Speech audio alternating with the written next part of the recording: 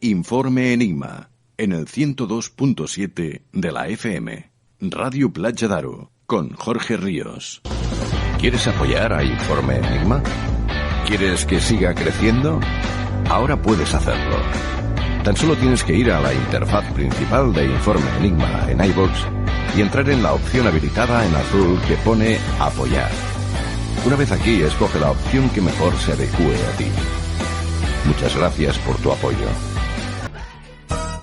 Porque sabemos lo importante que es para ti sentirte bien en tu casa o en tu negocio, en Steel No Fred Palamós nos hemos marcado ese objetivo. Somos expertos en instalación, reparación y mantenimiento de frío industrial, comercial, climatización y aire acondicionado, con más de 35 años de experiencia. Nos encontrarás en la calle Salvador Albert i Pei, número 45 de Palamós, o bien en los teléfonos 972 31 47 42 o en el 629 53 58 11. Steel No Fred Palamós, porque tu bienestar nos interesa.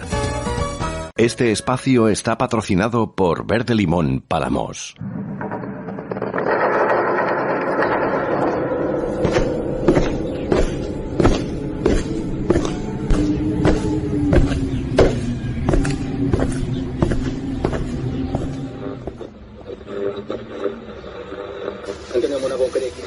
Informe Enigma.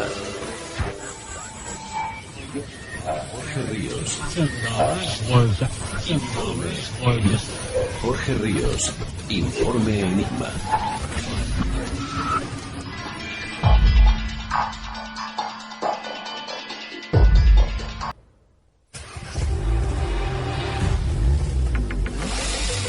Te recordamos las formas que tienes de ponerte en contacto con Informe Enigma. A través de Twitter, @Informe Enigma. Por correo electrónico, enigma-rpa@hotmail.com. O bien en la página de Facebook Informe Enigma. Contacta con nosotros.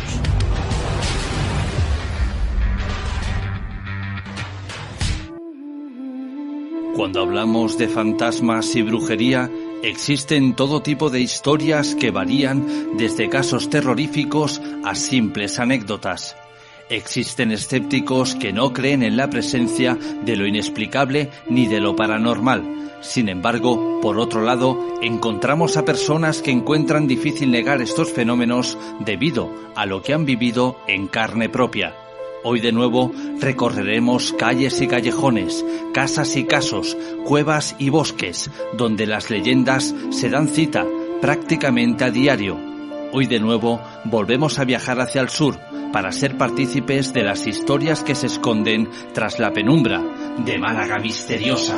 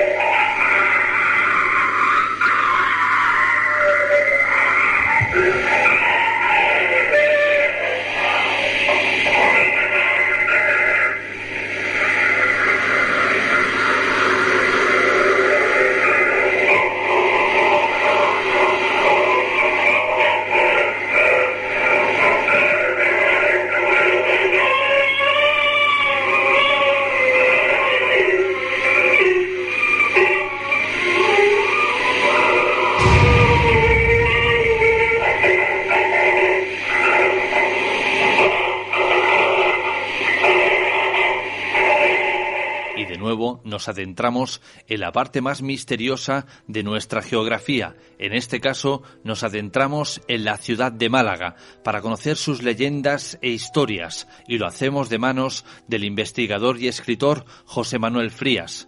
José Manuel Frías, bienvenido a nuestro espacio, ¿cómo estás? ¿Qué tal, compañero? Pues un placer estar contigo hablando de mi tierra, aunque como tú sabes me he movido por muchos otros lugares, pero Málaga ha sido siempre mi base de operaciones y por lo tanto es la provincia en la que más he investigado, así que hablar de ella siempre es un placer. En otras ocasiones hemos tenido otros compañeros de investigación, precisamente de tu tierra, que nos han hablado de diversos lugares y sobre todo de ese mítico Cortijo Jurado. Pero tú hoy nos vas a hablar de lugares distintos. ¿De qué lugares nos vas a hablar, José Manuel? Pues mira, si te parece, podríamos empezar por uno que me encanta. O sea, si yo tuviera que hacer un top 10, ¿no?, de los 10 lugares más encantados de toda España, yo creo que este del que te voy a hablar estaría, si no en el primer puesto, en el segundo, en uno de los primeros puestos, ¿no? Es la cripta de los Gálvez, en el pueblo de Macharabiaya.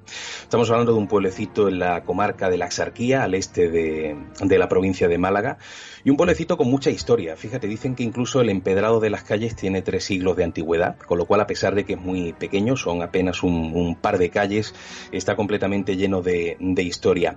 Y la parte paranormal de la que vamos a hablar y en la que vamos a profundizar entronca mucho con el aspecto histórico, ¿no? De hecho, yo creo que hablar de los misterios de Macharabiaya y de la cripta de los Gálvez en Macharabiaya nos empuja inevitablemente a mencionar quién era la familia Gálvez. Estamos hablando de una familia importantísima en el siglo XVIII, o sea, tan importante que eran prácticamente los españoles más conocidos en todo el planeta. Ellos eran embajadores en medio mundo, eran, por ejemplo, mano derecha de Carlos III, eran incluso, pues, nos encontramos el caso de José de Gálvez, que fue ministro de las Indias y marqués de la Sonora, que eran los títulos más importantes en el Nuevo Mundo en aquel siglo, y Bernardo de Gálvez, que fue una de las figuras más representativas en la independencia de los Estados Unidos. Y lo curioso es que esa saga de hermanos nace en el pueblecito de Macharabiaya.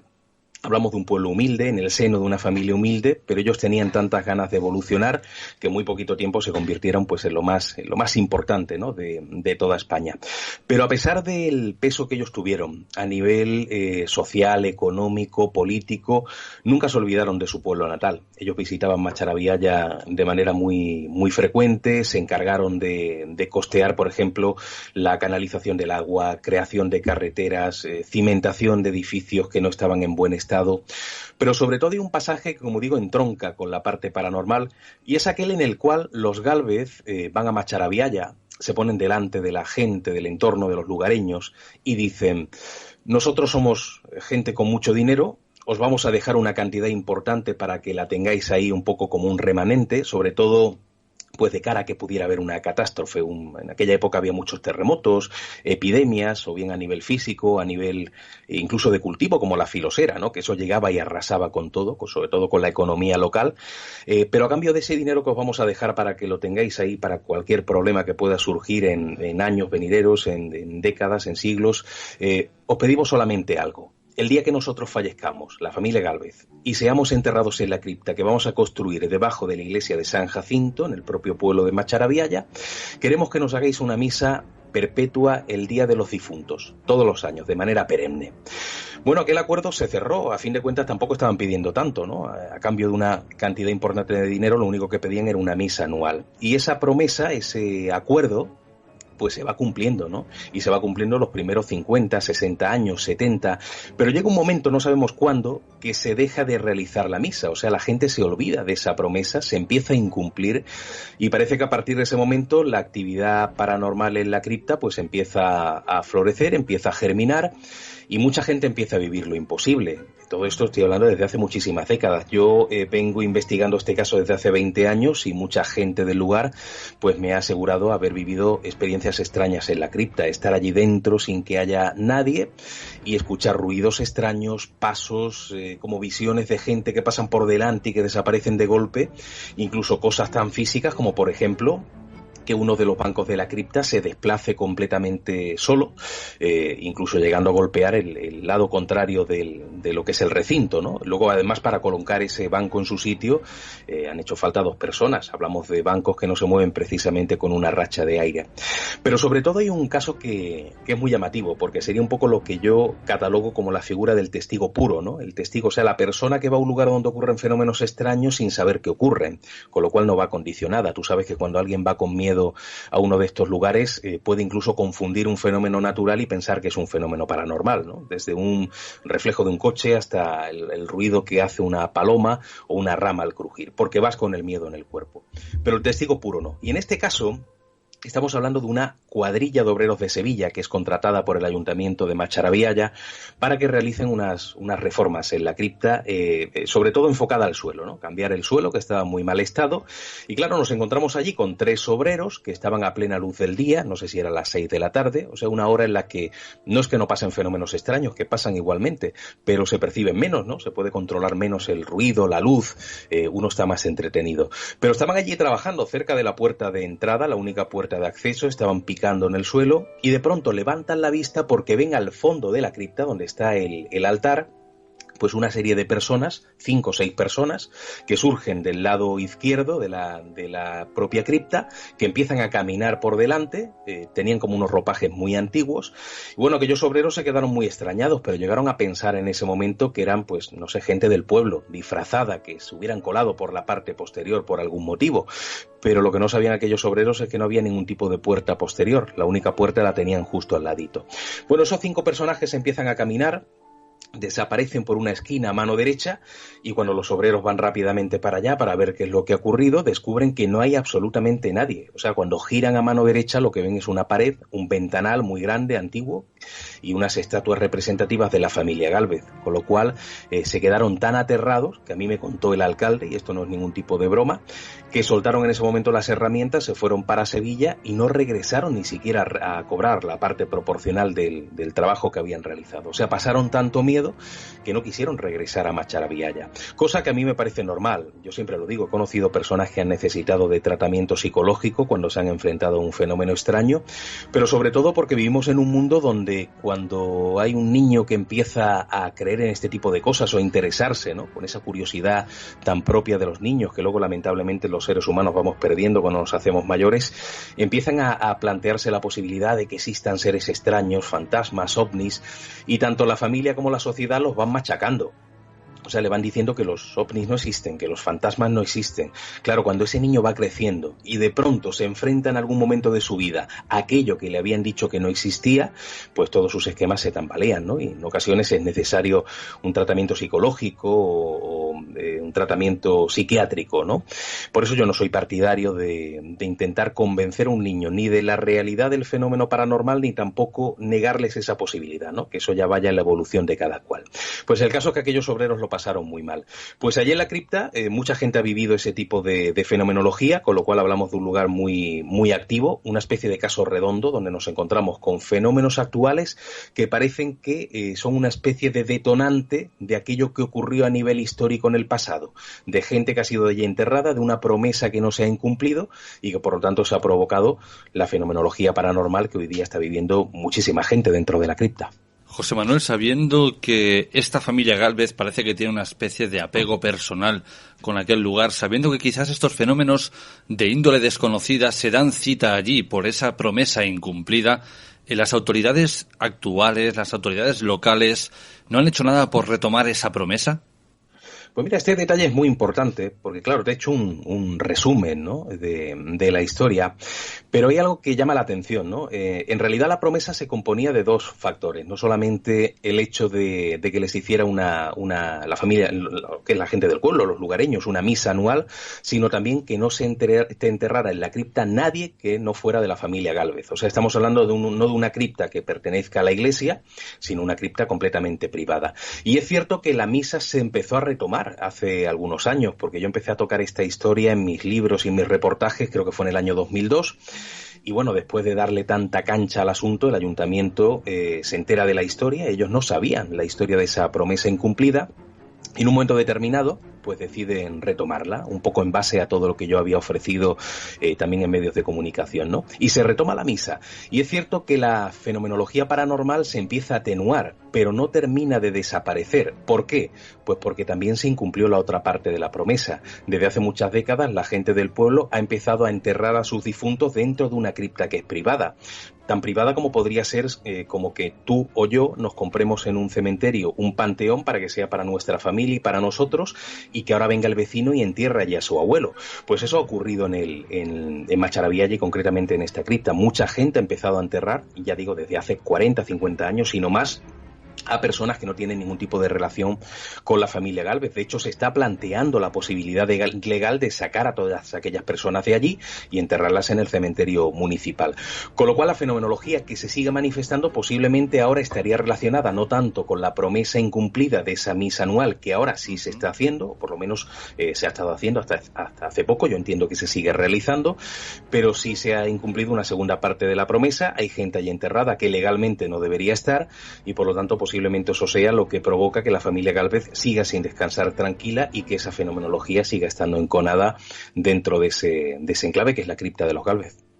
Habrá que esperar un tiempo para ver si sacan esas personas enterradas allí y los Gálvez finalmente descansan, pero hasta ese momento hay otro lugar en Málaga que también despierta mucho misterio, que es la Casa Cervantes.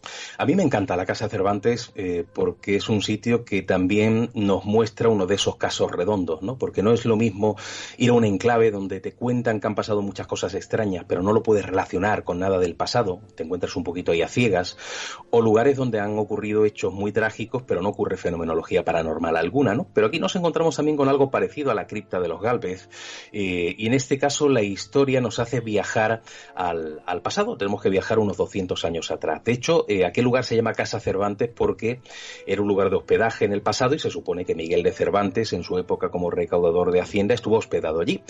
Con lo cual era un lugar muy conocido, ¿no? En Vélez Málaga, en ese corazón de la Axarquía. O sea, no nos salimos de lo que es la comarca mágica de la Axarquía. Pues hace más o menos entre 150 y 200 años hay un señor que se hospeda en esta Casa Cervantes, va un día a sacar agua del pozo con tan mala suerte, pozo que por cierto sigue existiendo, que cuando se inclina demasiado y se cae de cabeza. Bueno, tenemos que imaginarnos la muerte tan agónica de este señor, o sea, boca abajo en un pozo rodeado de agua, sabiendo que no se puede dar la vuelta por lo estrecho del conducto y por lo tanto termina falleciendo. Cuando lo sacan ya es cadáver, el rostro cuando lo ponen además en el suelo está completamente hinchado por la asfixia, está azulado. Y cuando pasaban personas alrededor, sobre todo niños, se quedaban aterrados con esa visión tan siniestra de la muerte. Y cuenta la tradición que en ese momento le cubren el rostro, para evitar esa visión siniestra, le cubren el rostro con lo primero que pillan a mano. O sea, una especie de toalla negra, de paño negro, una especie de tela oscura. Y como nadie va a reclamar el cadáver, porque era un señor que nadie conocía allí en el pueblo, era un hombre de negocios que estaba allí simplemente para hacer una serie de trabajos y nadie pudo contactar con la familia, pues lo entierran en el antiguo cementerio de Vélez Málaga con el rostro cubierto, con el rostro velado. Y bueno, la Casa Cervantes queda como un lugar de hospedaje durante mucho tiempo, luego se abandona, es un lugar que nunca llega a estar en ruinas, pero sí abandonado, y ya en el año 1992 el ayuntamiento decide utilizar el lugar, remodelarlo y convertirlo en una escuela de idiomas dependiente de la Junta de Andalucía. Y se remueve todo aquello, o sea, se remueve la tierra, se hacen obras de remodelación, se refuerzan los cimientos del pozo, y esto es sintomático en el mundo del misterio. No sé por qué, en lugares donde han ocurrido hechos trágicos en el pasado, como luego haga obras de remodelación y remuevas la tierra, parece que está removiendo ese pasado, sobre todo lugares donde hay agua, y aquí nos encontramos con el pozo, se remueve el pasado.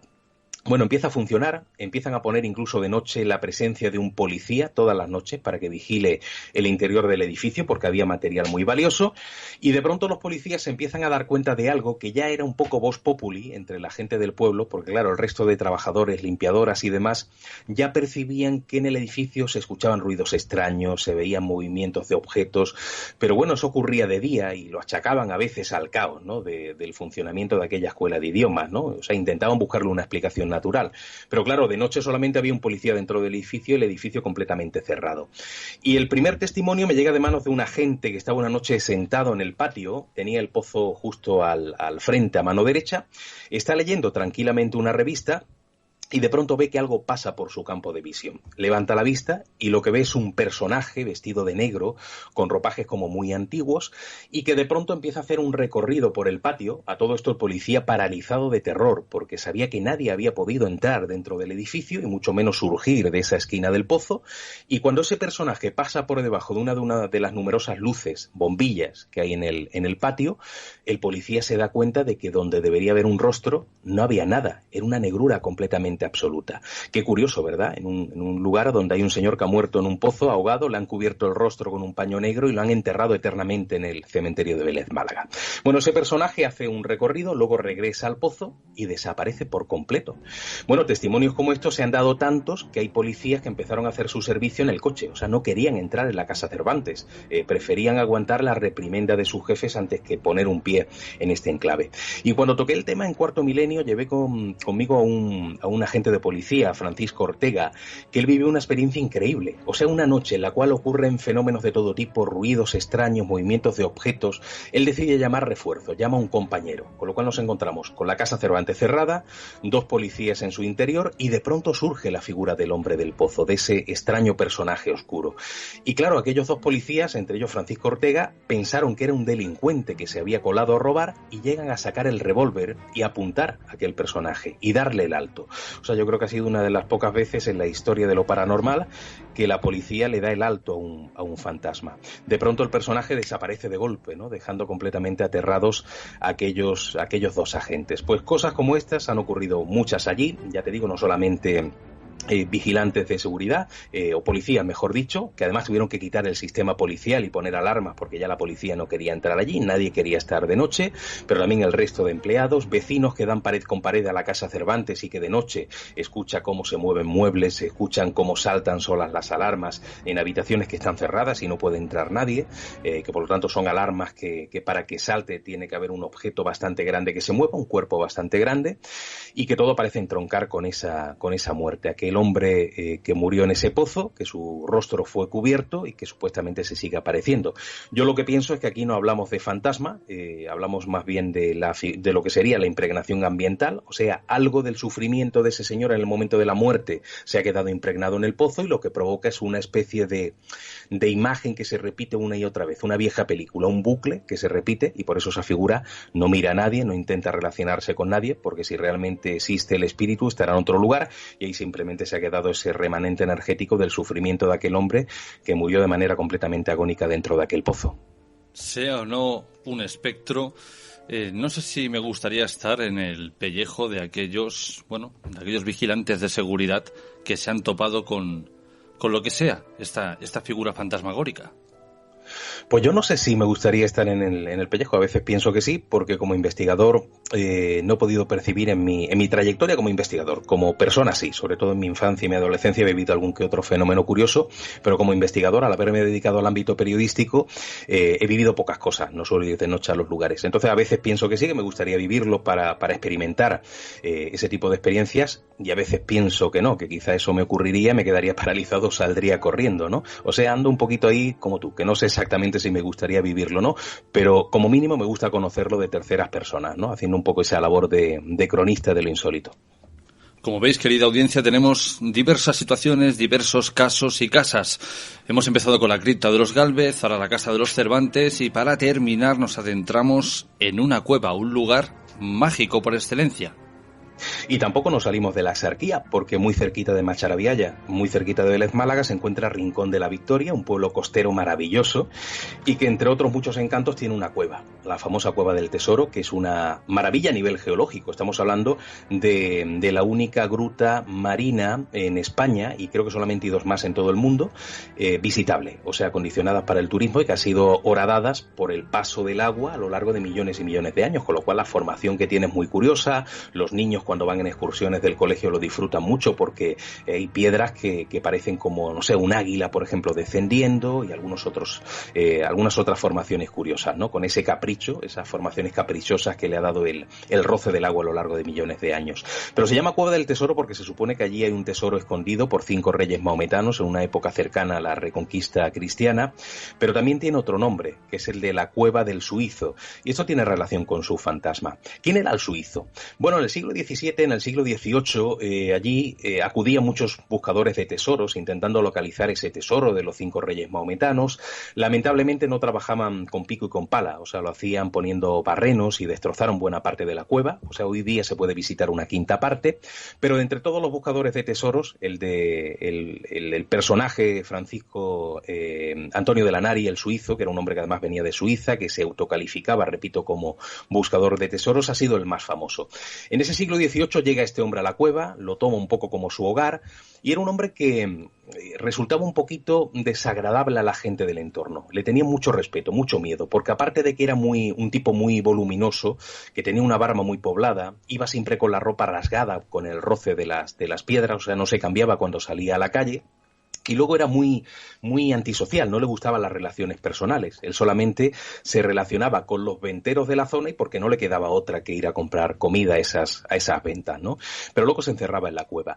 El hecho de que el suizo, de que Antonio de la Nari no tuviera amigos, no tuviera gente cercana, provocó que en un momento determinado él pone un barreno en una zona conocida hoy día como Pozo del Suizo, no se aleja lo demasiado y cuando explota el barreno hay una parte del techo que se desploma y cae sobre él y muere sepultado. Claro, al no tener amigos nadie lo echó de menos. Entonces va pasando el tiempo, pasan incluso 3 meses y en el momento en el que un nuevo buscador de tesoros se adentra en la cueva se encuentra el cadáver de Antonio de la Nari. Bueno, se hace un estudio del estado de descomposición del cadáver y se llega a la conclusión de que aquel hombre lleva muerto pues más o menos unos 3 meses. Cuando esa información sale a la luz, los venteros de la zona decían, imposible, o sea, este hombre no puede llevar muerto 3 meses, y hace pocos días, la semana pasada, estuvo aquí en la venta, en la tienda, y estuvo comprándome comida y ponía el dinero sobre el mostrador. O sea, 3 meses después de muerto, Antonio de la Nari todavía se aparecía en la zona, la gente lo veía. Y claro, me vas a decir que esto es algo del siglo XVIII, que es algo que posiblemente se ha engrandecido, se ha adornado con el paso del tiempo, pero es que esa fenomenología sigue existiendo, y no entre las ventas de la zona, que ya no existen, sino dentro de la propia cueva. Yo he hablado con multitud de testigos que han estado visitando la cueva y que han visto figuras extrañas. Me han contado los propios empleados que a veces van los turistas, hacen un recorrido por el interior, y cuando se van a marchar se acercan al mostrador de recepción y felicitan a los trabajadores por un curioso holograma en el que se aparece de pronto la figura, una especie de audiovisual en la que se aparece la figura de un personaje de cintura para arriba con una barba muy poblada y que de pronto desaparece. Claro, allí se quedan a cuadros porque no hay audiovisual, no hay ningún tipo de holograma. Supuestamente están viendo la figura siniestra, el fantasma de Antonio de la Nari. Pero incluso empleados, por ejemplo, yo conozco a algunos trabajadores que hace décadas estuvieron dentro de la cueva, como es el caso de Celita, presentamos el caso con ella en Cuarto Milenio, y bueno, esta mujer llegó a ver la figura del fantasma de cintura para abajo, en este caso, lo vio bajando como por una escalera con unos ropajes antiguos, de pronto desapareció, y bueno, no había posibilidad de que hubiera nadie porque arriba había otro empleado, o sea, uno en la parte de arriba de la escalera y otro abajo, y el personaje desapareció de golpe. De hecho, Celita trabajaba en aquella época haciendo fotografías a las personas que visitaban la cueva. Esas fotografías se revelaban inmediatamente y se les vendía a la salida, ¿no? Pues ese sistema de fotografías se tuvo que dejar de lado, se dejaron de hacer fotos porque al final no se podían vender porque siempre aparecían en las fotos elementos extraños, luces extrañas, cosas que se supone que no deberían estar ahí. Y todo esto incluso sumándole el testimonio de otros trabajadores que han escuchado voces en sitios donde no había nadie, que han escuchado pasos, con lo cual da la impresión de que la figura de Antonio de la Nari sigue estando presente dentro de la cueva. Y es curioso como la gente lo suele ver en el Pozo del Suizo, en el sitio donde él falleció, y lo venden de cintura para arriba, que esto no es cualquier cosa. Yo no sé por qué ocurre esto, pero sí es cierto que me han llegado muchos testimonios, muchos reportes de gente que ha visto a familiares fallecidos y siempre me suelen decir que lo ven de cintura para arriba o de rodillas para arriba, que no le ven los pies o que no le ven las piernas. No sé el motivo, pero es sintomático en el mundo del misterio. Con lo cual yo recomiendo a la gente que visite esta cueva, pero ya no solamente por la figura del fantasma, sino porque, como antes te decía, es una joya a nivel histórico y es una joya a nivel turístico. Así que fíjate, comarca de la Axarquía, sin salir de ahí, de esa pequeña comarca, y en pueblos ya cercanos como Macharabiaya, como Vélez Málaga y como Rincón de la Victoria, nos encontramos con 3 grandes misterios. O sea, el que quiera venir a Málaga, o sea, de Málaga, y quiera hacer una especie de recorrido, en un mismo día se puede empapar de historias que son alucinantes. Y no solo eso, podéis adquirir la entrada para esta cueva y además os lleváis un fantasma incluido, algo que no se puede decir de todos los lugares. Efectivamente, vienen en el mismo precio, que eso en muy poquitos sitios se consigue. Así que sí, yo creo que es una suerte que tengamos esta cueva y su fantasma. José Manuel, has escrito muchísimos libros, pero hay uno en concreto que es Málaga Misteriosa.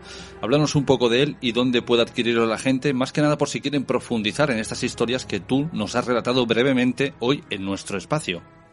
Pues sí, es verdad que he publicado más de 20, no sé si 21 o 22, y muchos son de otras provincias, ¿no? Almería, Granada, Sevilla, tengo algunos libros de Extremadura, de Latinoamérica, alguna que otra novela, pero sí es verdad que el que más se ha movido es Málaga Misteriosa, de la editorial Almuzara, que se puede encontrar en principio en cualquier librería, y si no está, te lo pueden traer en cuestión de 2 o 3 días, ahora todo es muy rápido, o incluso a través de Amazon también es posible adquirirlo en muy poquito tiempo, y es un libro de los grandes casos de la provincia de Málaga, igual que luego tengo Málaga Insólita, que son pequeñas historias de municipios de interior. Málaga Misteriosa pues tendría las grandes historias, las más complejas, con más número de, digamos, de testigos y de elementos, y por lo tanto es una forma de tener un libro que te puede servir no solamente como libro, sino como a mí me gusta que sirva, que es que cuando el lector cierre el libro no se termine la aventura, sino que empiece la auténtica aventura, que es recorrer seguir los pasos del investigador. O sea, que utilicen Málaga Misteriosa, al igual que mis otros libros guías, no solo como libro, sino como mapa de carreteras, que sirva para que la gente pueda conocer los casos más impresionantes de la provincia de Málaga, pero que puedan visitar esos lugares por sí mismos y bueno, no sé si comprobar los fenómenos, porque son espontáneos y por lo tanto no siempre ocurren cuando uno quiere, pero por lo menos vibrar con el misterio, conociendo la historia desde el lugar donde ocurrió, que yo creo que es algo que le ofrece un plus bastante interesante. José Manuel, ha sido un placer charlar contigo y que nos expliques historias de otros lugares distintos de nuestra geografía, porque aunque parezca que no, el misterio está por cualquier lugar. Claro que sí, pues ha sido un placer. Sabes que puedes contar conmigo cuando quieras. Un abrazo y hasta la próxima. Un fuerte abrazo, hasta luego. ¿Quieres apoyar a Informe Enigma? ¿Quieres que siga creciendo? Ahora puedes hacerlo. Tan solo tienes que ir a la interfaz principal de Informe Enigma en iVoox y entrar en la opción habilitada en azul que pone Apoyar. Una vez aquí, escoge la opción que mejor se adecue.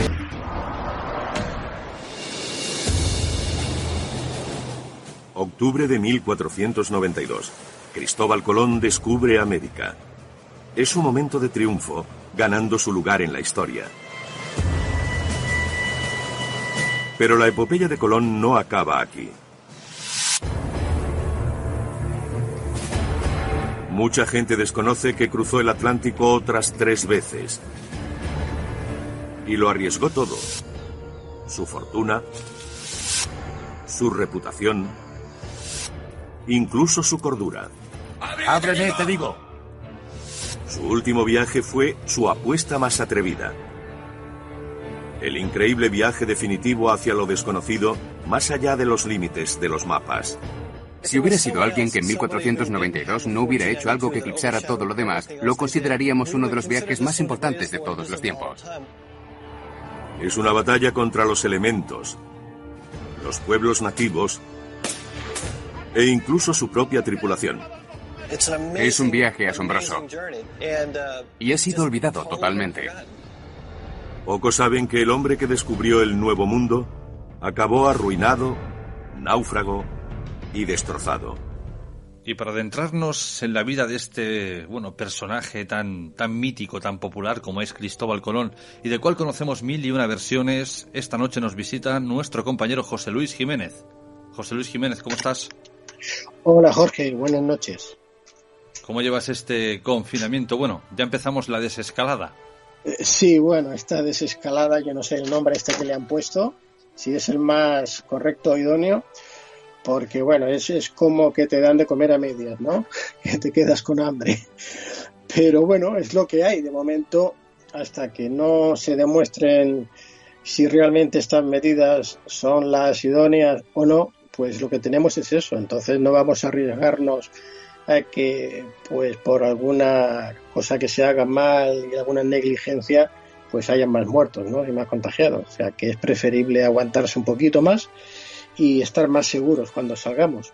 Luego ya veremos lo que hay y si hay que denunciar y si hay que quejarse y si hay que hacer, pues ya se hará. Pero ahora lo importante, como he dicho en otras ocasiones, es que estemos en casa con las medidas que tenemos que tener, y si salimos a la calle ahora, pues cuando tengamos que estar con personas que estén cerca nuestro, pues llevar la mascarilla, lavarnos las manos cada vez que volvamos a casa que hayamos tocado algo, porque eso es lo fundamental, porque hay gente que va con los guantes pero luego, sin darte cuenta con los guantes, te tocas la cara, te tocas algo, vuelves a tocar lo que te habías sacado, en fin, que lo del guante al final no sé si es lo más práctico, porque casi nadie se acuerda y se vuelve a tocar con el guante la cara, con lo cual incluso te infectas más o te contagias más, si es que hay contagio allá, ¿no? Bueno, en definitiva, que ahora yo pienso que no nos queda otra que hacer la cuarentena que nos han marcado. En principio vamos a darle el voto de confianza a los sanitarios, ¿no? Porque ellos son los que conocen más. Y ya te digo, si luego tenemos que protestar porque las cosas no se han hecho como se debían de haber hecho, pues ya se hará. José Luis, vamos a hablar de un personaje muy popular, Cristóbal Colón, y yo empiezo preguntándote, ¿realmente la historia que conocemos hasta el día de hoy del descubrimiento de América es cierta? Bueno, es cierta en parte, y en parte te diré por qué. Porque ya de entrada el personaje de Cristóbal Colón es muy polémico, es polémico incluso por el nombre, por la fecha de nacimiento y por el lugar de nacimiento, ¿no? A Cristóbal Colón, como se le conoce mundialmente como el descubridor del Nuevo Mundo, de América, realmente no fue el primer ser humano, o en este caso de Occidente, diríamos de Europa, del viejo continente, que llegó a América. De eso tenemos evidencias y hablaremos, ¿no? Pero ya de entrada su nombre ni siquiera era Cristóbal Colón, tal como se nos dice ahora. Era otro nombre parecido que él mismo llegó a cambiar, como así consta en la bibliografía que de él hizo uno de sus hijos, de los 10 que tuvo, Fernando Colón, ¿no? O sea, Colón de entrada, como te decía, no se conoce el año exacto de su nacimiento. Se cree, por los datos, por los escritos que se han encontrado, que pudo haber nacido entre 1433, quizás 1436. Yo me inclino más, porque fue incluso 1432-33, pero en el 1433 seguro que habría nacido Colón, y ahora explicaré por qué, ¿no? Y bueno, la fecha de la muerte es así que se conoce con exactitud. Fue un 20 de mayo del año 1506, ¿no? Y aquí viene la primera polémica, ¿no? Se dice que era nativo de Génova, en Italia, pero en realidad todo lo que hace referencia a este supuesto nacimiento es todo un misterio y no se sabe muy bien incluso de dónde lo han sacado, ¿no? Porque toda la información relativa a que hubiese nacido en Génova surgió a partir de finales del siglo XIX, creo, o en el siglo XIX. Antes nunca se había hablado de que Colón hubiera nacido en Génova, ¿no? De hecho, él, en la bibliografía de Colón, su hijo Fernando Colón, él dice que él iba con sus parientes, que eran corsos, eran corsarios, navegantes. Había el Colón mayor, por decirlo así, y el Colón joven, y Cristóbal Colón, iría con ellos. Y estamos hablando de la época en que el reino de la Corona de Aragón, que constaba pues de todo lo que ahora conocemos como Aragón, Cataluña, Valencia, Mallorca, luego estaban las islas de Córcega y Cerdeña, Sicilia también, parte del sur de Francia. O sea, la Corona de Aragón era muy extensa, y en esa época Colón habría nacido en una de estas islas, en Córcega en concreto, ¿no? De ahí que su familia, que en eso, como te he dicho, sí que tenemos documentación que habla que son los corsos, los corsarios que navegaban y se dedicaban a atacar a los que en aquel caso pues su rey les encomendaban que hicieran.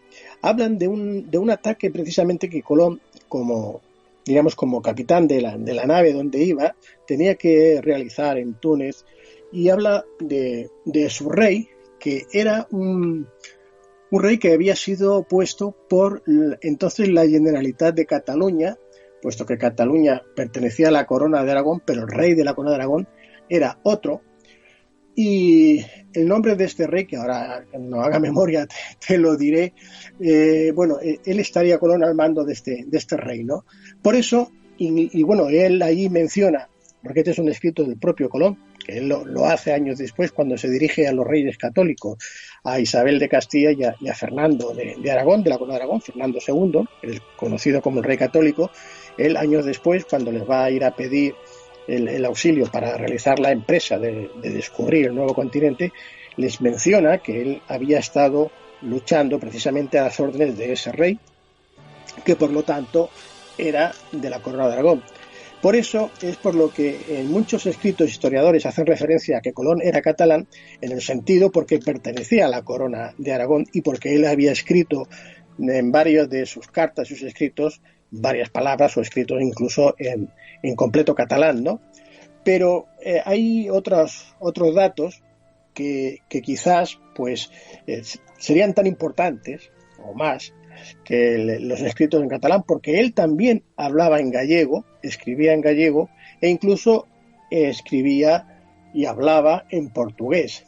Curiosamente, lo que no escribía ni hablaba prácticamente era en italiano, y la única carta, me parece, o de las pocas que se conocen, que hubiese alguna palabra de Colón en italiano, estaba tan mal escrito que bueno, todos los expertos están de acuerdo en que Colón no sabía escribir italiano, porque lo hacía muy mal. Y ya te digo, si hubiese nacido en Génova, hubiese sido italiano, pues el primer idioma que entendería y escribiría bien sería el italiano, y no al revés. Entonces Colón escribía casi siempre, como te he dicho, más en catalán, incluso gallego, y alguna palabra en portugués, y bueno, y el castellano, ¿no?, de entonces. Pero el italiano no se le resistía, precisamente el italiano, y además en esa carta que él dirige a los reyes católicos, él hace referencia a que había luchado a las órdenes de este rey y que había luchado contra Génova, contra los genoveses, contra quien se supone que era su tierra, ¿no? O sea, aún más absurdo. Por lo tanto, en algo que, para a mi entender, está muy claro, es que Colón italiano no era, de Génova no era.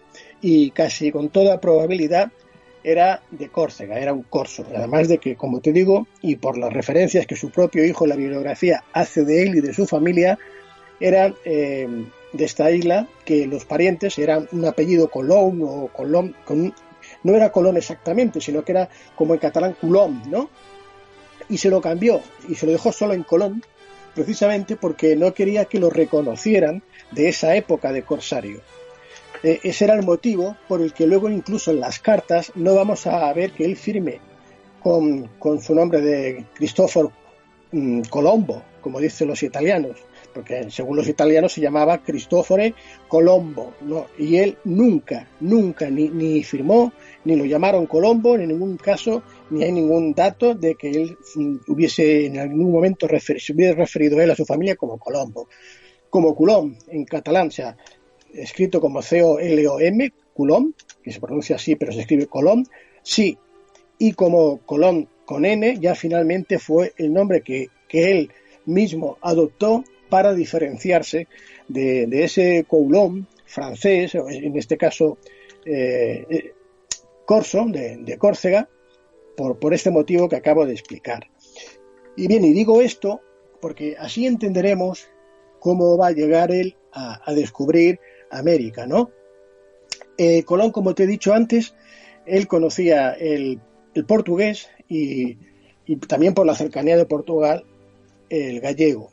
Claro, y es que tenía que ser así porque él se casó con la hija del que fuese diríamos, el encomendador y el gobernador de la isla de Porto Santo, en Madeira. Este hombre se llamaba Bartolomeu Perestrelo y su hija era Filipa Moniz de Perestrelo, ¿no?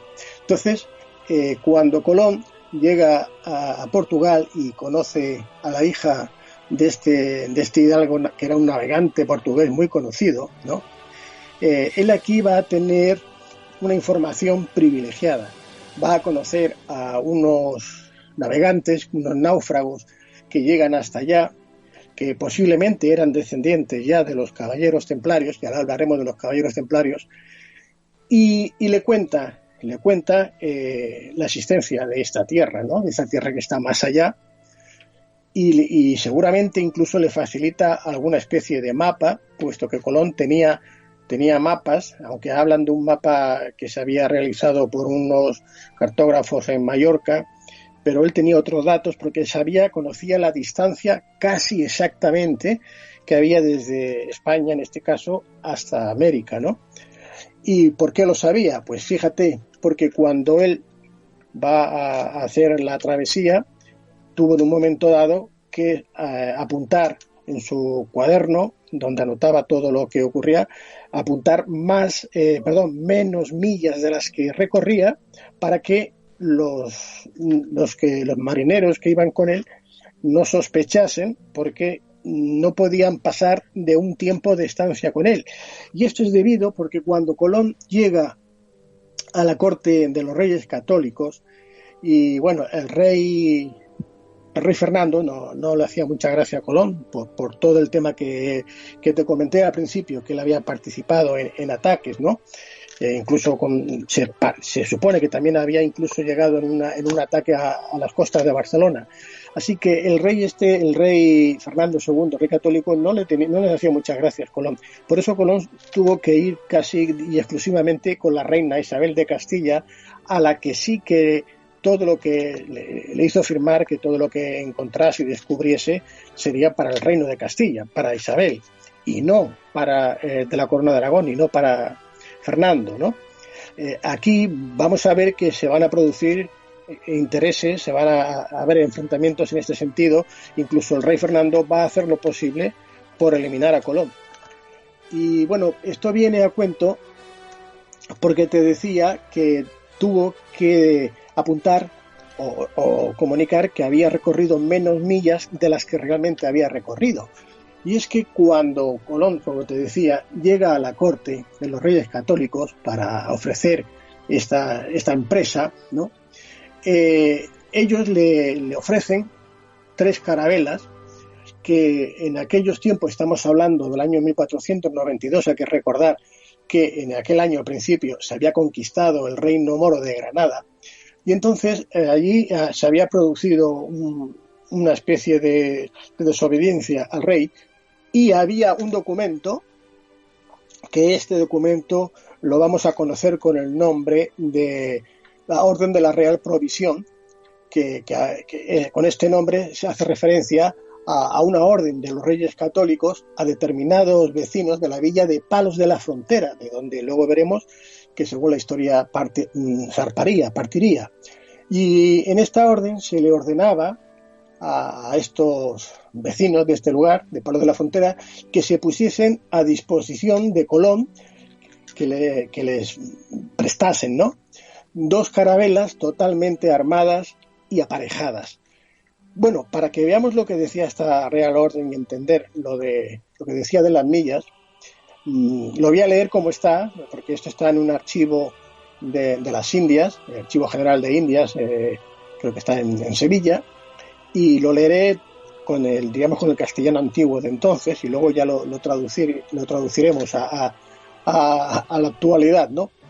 Esta Real Provisión de los Reyes Católicos, que estaba dirigida a determinados vecinos de allí de Palos, para que le entregasen a Colón 2 carabelas, dice así: Granada, 30 de abril de 1492.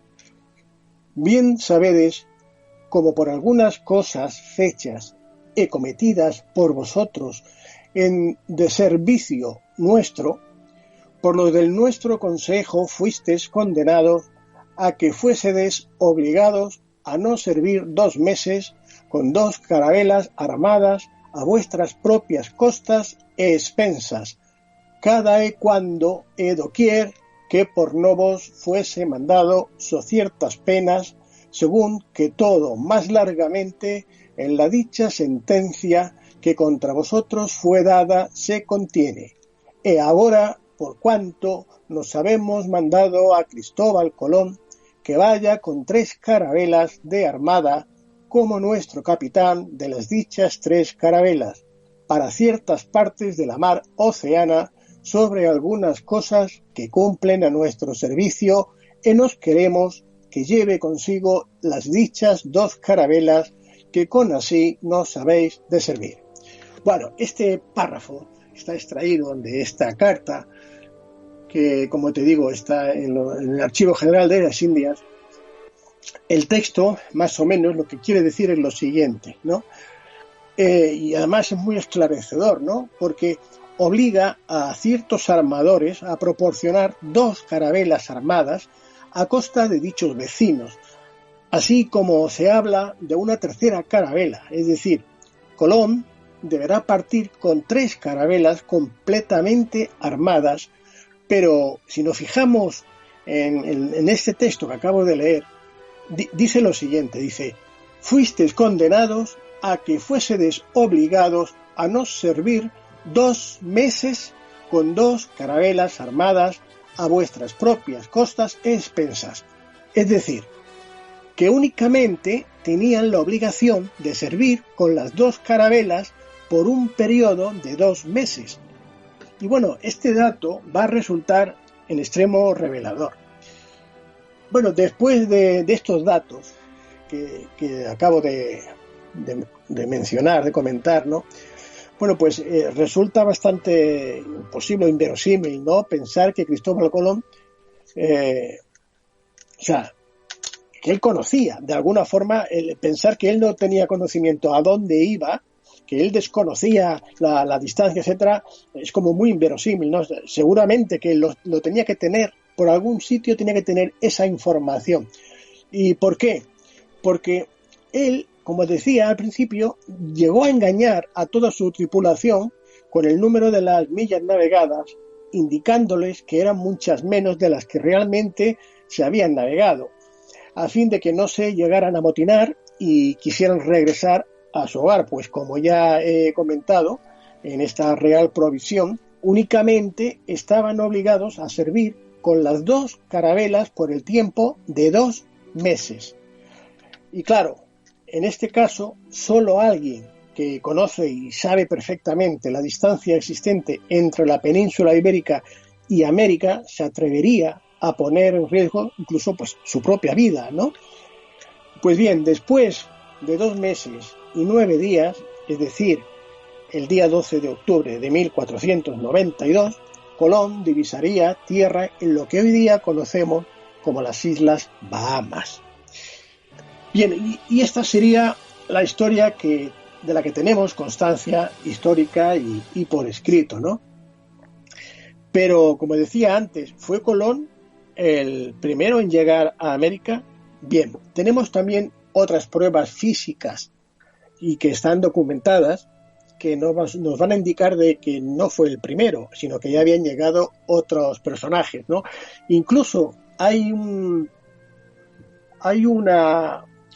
evidencia grabada en una roca, es una piedra rúnica, se llama Narragansett, que está en una parte diríamos casi del norte de América, ¿no?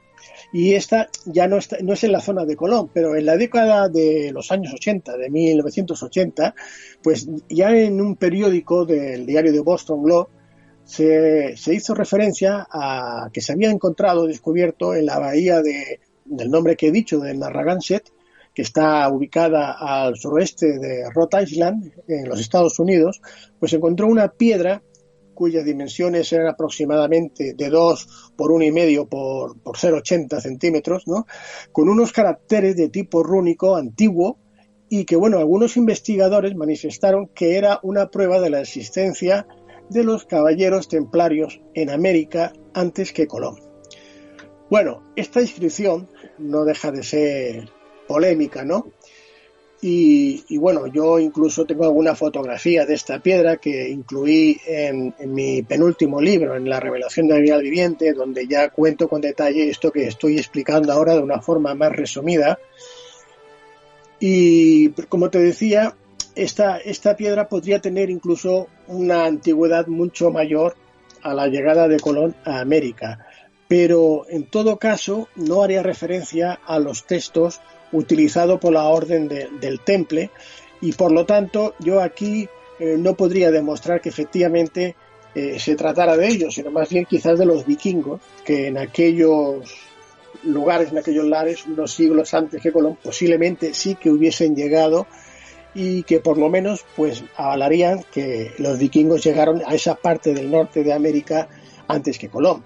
Pero hay otras pruebas que son a las que yo sí que hice alusión y a las que ahora me voy a referir, que demuestran de alguna forma que los caballeros templarios estuvieron en América, y en este caso en un lugar muy concreto, en tierras de Argentina.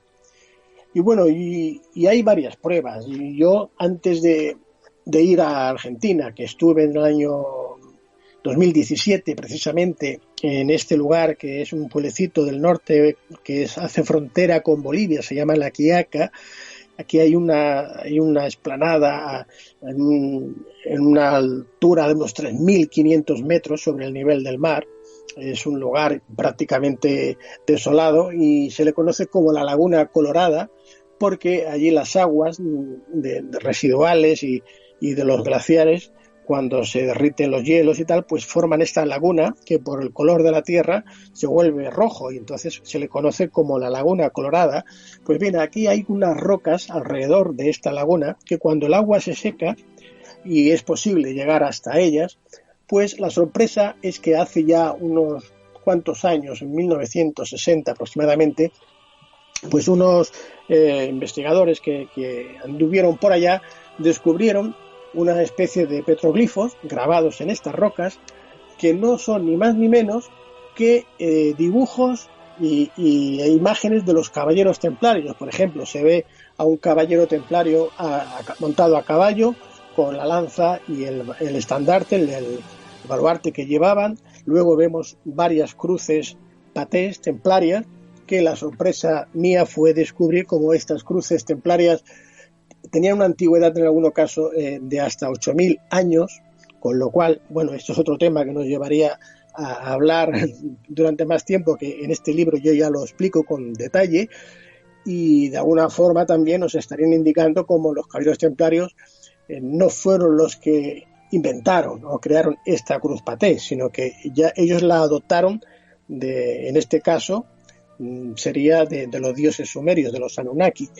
Y bueno, pues en este lugar, como digo, yo en este año ya hice incluso las fotografías que luego adjunté en mis libros de estas pruebas, estas evidencias, puesto que están datadas perfectamente en la época del siglo XII aproximadamente, cuando se hicieron, y nos demostraría, entre otras pruebas que hay, que los caballeros templarios efectivamente llegaron a América antes que Colón. Pero es que ahora, si nos vamos a la historia de los caballeros templarios y recordamos en el siglo XIV, a principios de 1307, cuando el rey Felipe IV el Hermoso, el rey francés, decide apresar a la Orden del Temple, que los acusa de herejía y sodomía y una serie de cargos para, entre otras cosas, para no pagar todo el dineral que les debe y apropiarse de los bienes de la orden. Bueno, pues los caballeros templarios, una parte de ellos consiguen huir porque tienen en el puerto de La Rochelle, diríamos un puerto en la parte atlántica del sur de Francia, allí tienen un puerto con los barcos que los cargarían con esos tesoros, con esos bienes que ellos tenían y que el rey se quería aprovechar, y huyeron. Una parte de ellos fueron hasta las Islas Británicas, ¿no? Sobre todo se quedaron con el rey Bruce en la parte norte, en Escocia, y otros se marcharon hacia América, hacia ese lugar, en este caso, seguramente ese norte de Argentina, donde en el siglo pasado, creo que fue sobre 1915, 1900, quizás 30 o 40, no sé exactamente el año, un investigador francés o franco-argentino, porque luego se quedó ya en Argentina, que se llamaba Jacques de Maillet. Este hombre estuvo investigando, indagando, y llegó a encontrar en esta zona de Argentina los moldes que se utilizaron en las minas de plata para hacer estos lingotes de plata que iban a llevar luego los caballeros templarios a Europa. Y hay que recordar que en la Edad Media, en la época de los caballeros templarios, que se empezaron a construir templos, iglesias, catedrales, se pagaba con moneda de plata, y que la plata es un metal valioso, casi como el oro en aquella época, porque en Europa escaseaba mucho. No había cantidades de plata tantas como para pagar esas cantidades inmensas de dinero que costaban construir, ¿no? ¿De dónde la traían? ¿De dónde las sacaban los templarios? Pues esta es la respuesta. De estas minas de plata, en este caso de Argentina. No hay que olvidar que Argentina, de la palabra de argenta, significa plata, o sea que sería el país de la plata, ¿no? Y bueno, todo esto es para que veamos que al final los caballeros templarios aparecen siempre en todas estas gestas históricas tan importantes y que por algún motivo, bueno, podemos suponerlo, en aquellos tiempos, en aquellos momentos, pues no les interesó hacer pública el descubrimiento de estas tierras, ¿no? Porque evidentemente, mientras que el secreto estuviese solamente en sus manos, pues ellos tendrían esa libertad de ir y regresar, cargar los barcos con plata, etcétera.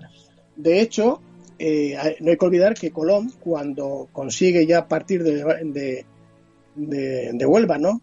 De Palos con las carabelas, hace colocar cruces, patés templarias en las velas grandes. ¿Para qué? Si la Orden del Templo había sido disuelta hacía 180 años, casi 2 siglos atrás, ¿por qué tiene que poner cruces templarias en las velas? Pues precisamente porque él va a un lugar que sabe que hay templarios, que hay caballeros templarios, y que si no se hace reconocer como que es de los suyos, ya he dicho antes que él se casó con la hija del gobernador, ella pertenecía a una orden de Santiago, era una orden de caballeros similar a la de los caballeros templarios, tenían una afinidad muy grande. De hecho, los caballeros templarios, cuando huyen del sur de Francia, los que no se van en estos barcos, una gran parte de ellos van hasta Portugal, y allí el rey Idinio les va a fundar una nueva orden que se va a llamar de Santo Cristo, la Orden de Cristo, donde van a estar todos los caballeros templarios. O sea que la Orden del Temple va a seguir durante muchos años después, no como Orden del Temple, pero sí como de Orden de Cristo. Y va a ser desde Portugal que van a iniciar todos estos viajes hacia América, ¿no? Pero José Luis, si no me equivoco, también hay versiones que afirman que Colón precisamente iba a las Américas sabiendo que iba a encontrarse con los templarios. Claro, por eso lleva él las cruces en las velas, para que cuando llegue a las costas de allí, de donde él tenía que llegar, supieran que son templarios, que no sé, que no les tirasen un cañonazo y los hundieran, por ejemplo, ¿no? O sea, que él ya toma sus medidas, sus precauciones para decir, bueno, que no piensen que somos de otra parte, sino que somos templarios. Cuando vean las cruces templarias no nos atacarán. Por eso él pone las cruces, sino que otro sentido tiene de que él en las velas del barco ponga una cruz templaria. Y como te digo, de todas formas, Colón sabía la distancia, si no exacta, muy aproximada, que había desde la península ibérica a América, porque como solo disponía de 2 meses para llegar, que son los 2 meses que estaban obligados a cumplir esa sentencia que hemos hablado antes, pues ¿qué tuvo que hacer? Pues en vez de decir que había recorrido, por ejemplo, 100 millas, pues decía que había recorrido 80. Cuando llevaba 500 millas decía que llevaban 400, así, ¿no? Hasta que ya al final casi llegó un momento que casi lo quieren tirar por la borda, porque ya no se lo creen, ¿no? Porque ya él ve cada vez tiene que ir restando y ya los marineros estaban con temor de que allí no hubiese nada, que se hubiesen quedado allí perdidos, querían volver porque muchos se pensaban que la tierra acababa en un borde y se caía en el abismo, bueno, todas las creencias de la Edad Media, ¿no? Entonces, él lo que tuvo que hacer es ir restando, en vez de decir que habían recorrido 100 millas, pues que han recorrido 80 aquel día, ¿no? Y de esa forma, engañándolos, pues hasta que ya por fin divisaron tierra.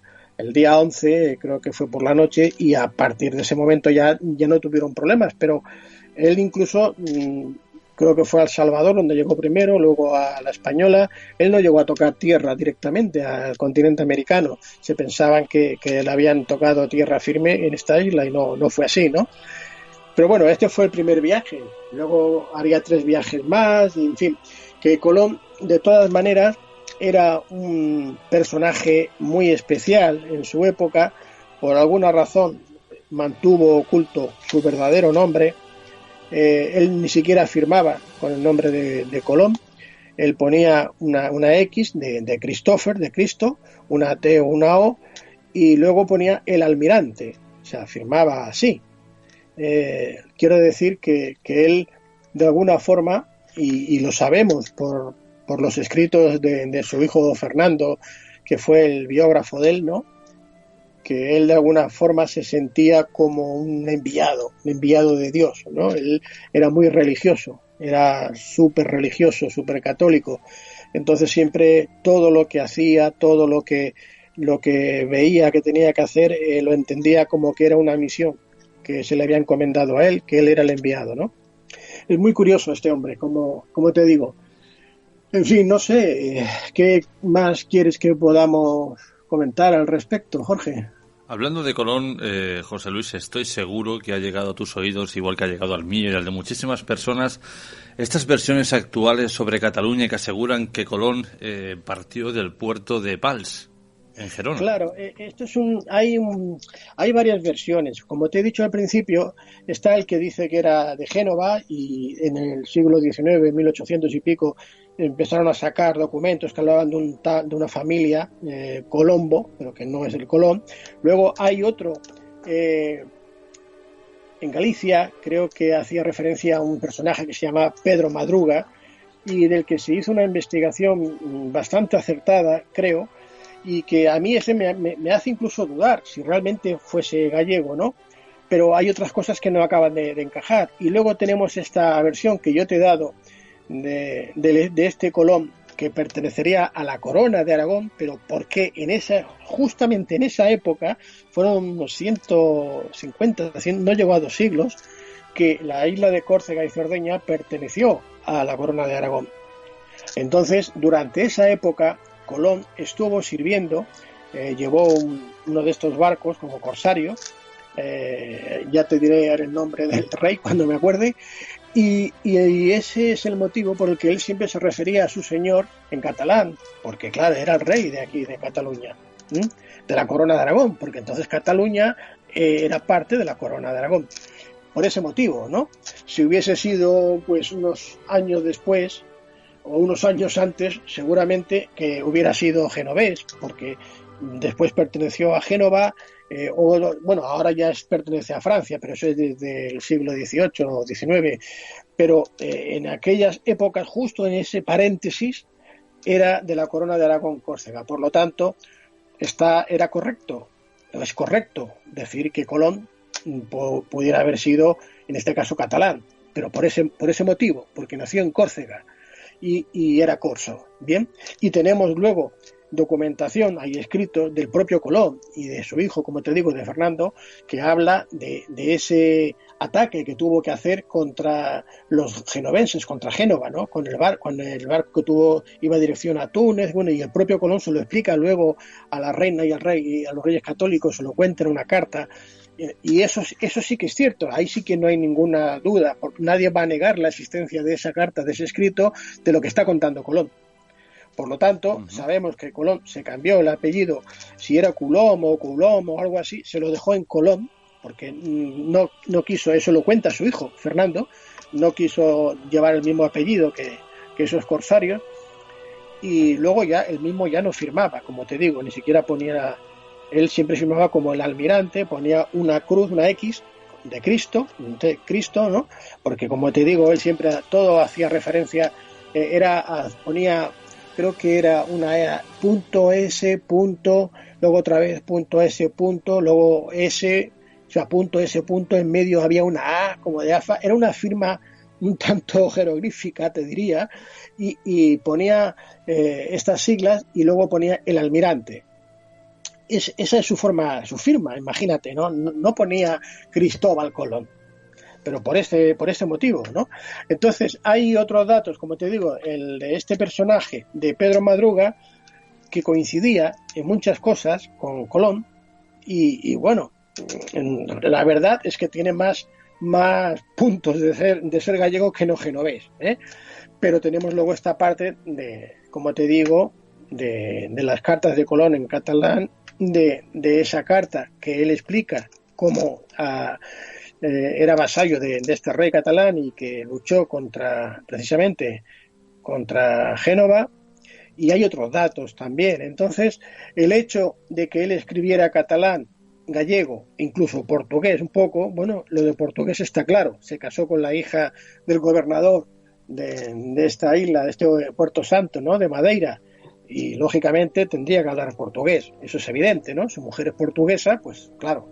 Entonces, y como Colón además desde los 14 años cuenta también en otra carta que dejó los estudios, incluso ponía los nombres para embarcarse, y estuvo durante 28 años, contaba él, sin salir del mar, dice, recorrí todo el Levante, se refiere al Levante español, con el barco, y luego todo el poniente, dice, hasta más allá de las islas de Inglaterra, ¿no? Hablando precisamente de un mapa que hacía referencia a unos límites de la Tierra, y él, para comprobar que la Tierra no se acababa allí, sino que seguía, pues él cuenta en esa carta cómo llegó hasta la latitud 73, creo, que recordar que decía que le decían que no, que más allá de la 63 no podía ser, y él decía que sí, que había llegado hasta allí por el norte y luego por el sur hasta otra latitud. En fin, que Colón había estado en el Mediterráneo y en el Atlántico prácticamente toda su vida, dando la vuelta a la península ibérica y viajando hacia el norte y hacia el sur. Y todos estos datos que se cuentan, tanto en las cartas que él envía como luego la bibliografía que va a escribir su hijo Fernando, pues hombre, es muy difícil negar que Colón era español. O sea, si algo tenía, en el sentido de que la corona de Aragón pues era de España, ¿no? Los reyes católicos luego ya diríamos que empezarían a conformar todo lo que era el reino de España, pero que son varios reinos, porque el reino de España total no ha existido nunca, ¿no? Era el reino de Navarra, el reino de Aragón, corona de Aragón, reino de Valencia, reino de Mallorca, reino de Galicia, todos eran reinos, ¿no? Luego, con las bodas que se iban casando unos con otros, pues se fueron juntando reinos. Así que, de alguna manera, si Colón se le tiene que dar una nacionalidad, era la de que era de la península de Iberia, de aquí, de España, ¿no? Pero no italiano. Pero bueno, yo creo que esto seguirá. Si no sale otro documento que puede haber, que esté por ahí, algún documento que aún no haya aparecido, en el que ya por fin se demuestre que él era español, pues los italianos seguirán diciendo que era genovés. Pero eso es lo que hay. José Luis, para terminar, si ya sabemos que antes que Cristóbal Colón fueron los vikingos, incluso algunos afirman que hasta los chinos estuvieron antes en América que Cristóbal Colón, ¿por qué los libros de historia no cambian esa versión? Bueno, pues porque, primero por los intereses, ¿no? Ya has visto la que se ha liado con Colón, con las diferentes nacionalidades, porque como él fue el primer interesado en que no se conociera su identidad real, solamente los pocos que lo conocían, ¿no? Por ese motivo que te he dicho, ¿no? De haber estado navegando como corsario, que es el único motivo que si leemos toda la historia de Colón, de todas sus cartas, es lo único que puede haber que lo hubiese hecho a él de alguna forma renegar, ¿no? de su apellido directo.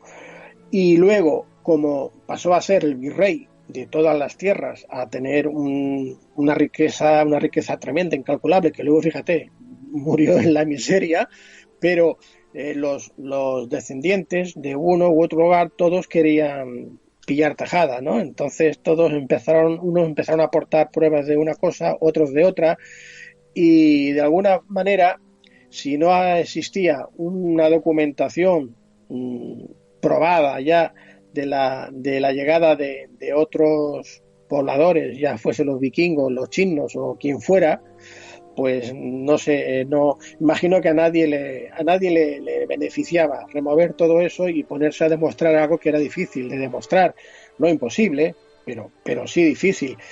Las pruebas arqueológicas que hay, como la que te he dicho de esa piedra que está grabada, no sé si está ahora, creo recordar que llegó a desaparecer.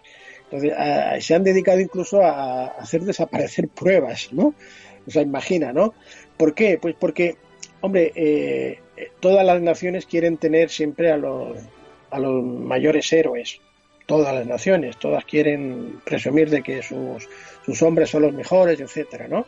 Y fíjate, 500 años después prácticamente, ¿no? Más de 500 años, aún estamos discutiendo si Colón era genovés, era catalán, era gallego o de dónde era, ¿no?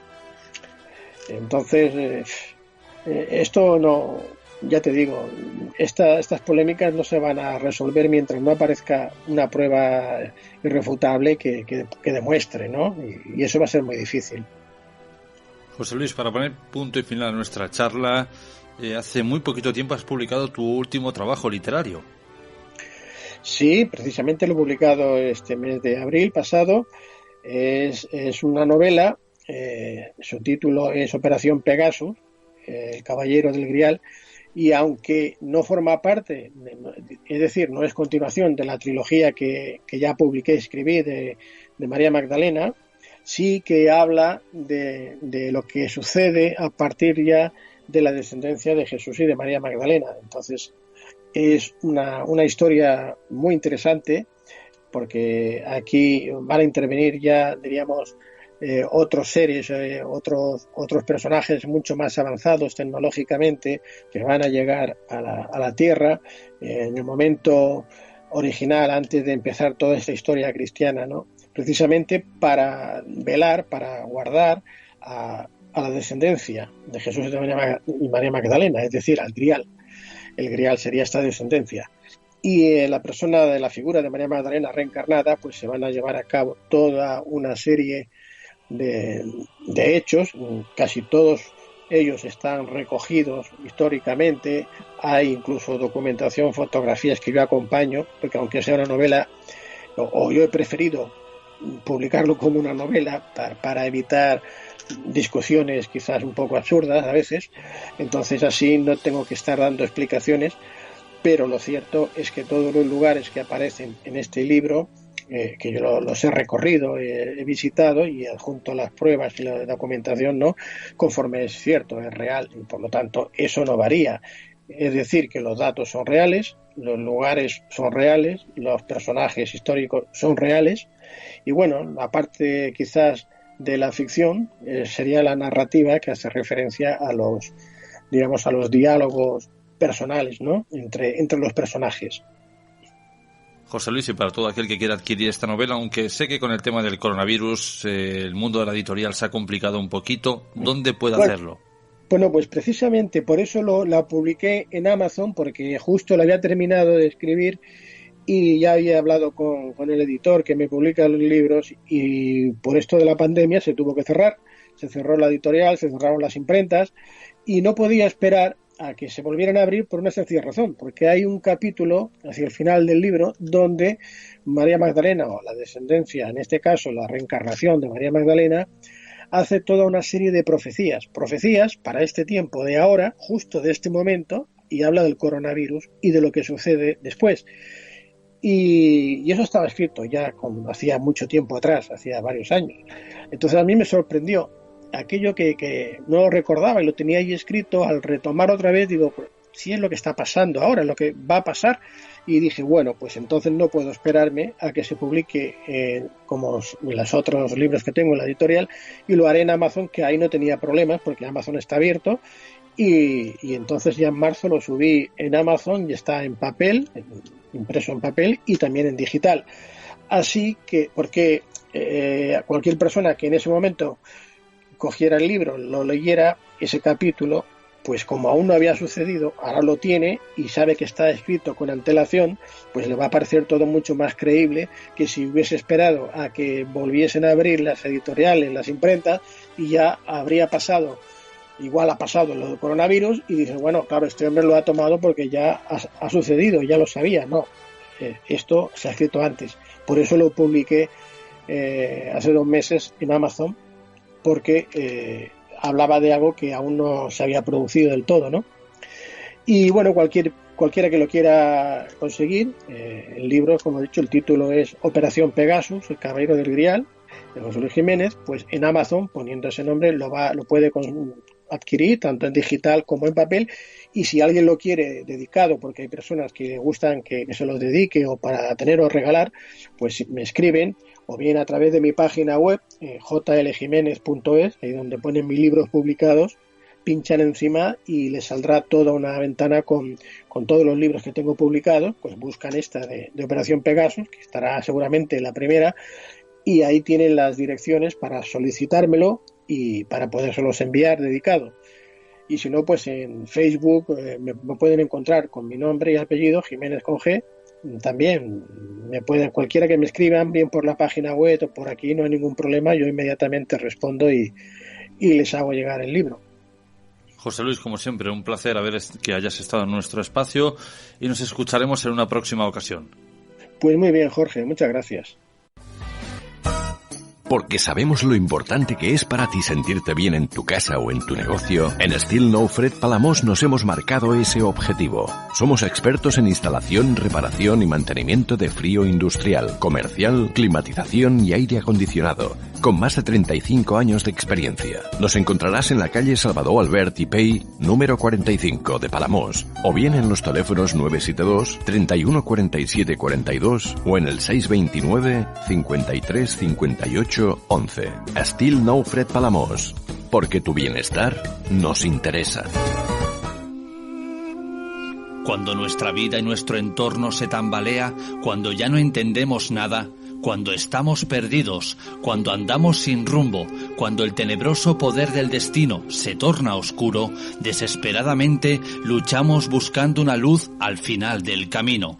Sin embargo, aunque sabemos que no es el fin, aunque sabemos que nada es perpetuo en el tiempo, nuestra desesperación nos hace alcanzar atajos alternativos para volver a la normalidad, para volver a respirar aire puro, para saber cuándo se levantará ese velo confuso oculto en lo que llamamos presente.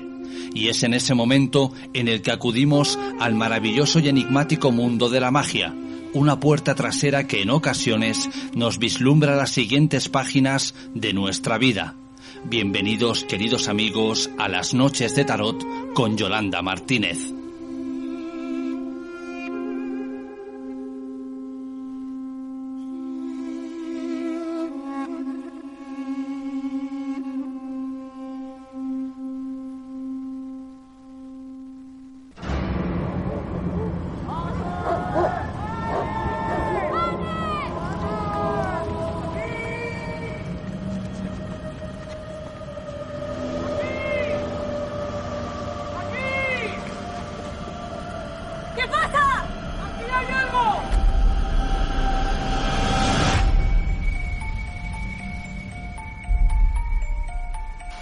Usted es de Elizondo, ¿verdad, Salazar?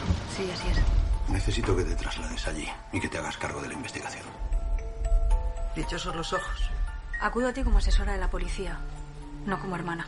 Pues si tú eres lo mejor que ha podido enviar la policía foral, estamos apañados. Tía, bienvenida a casa, cariño.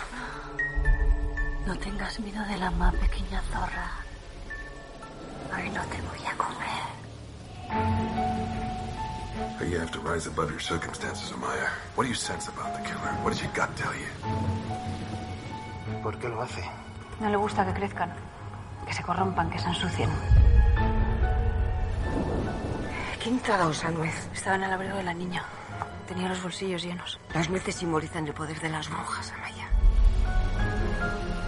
You need your brains, but you need your intuition too.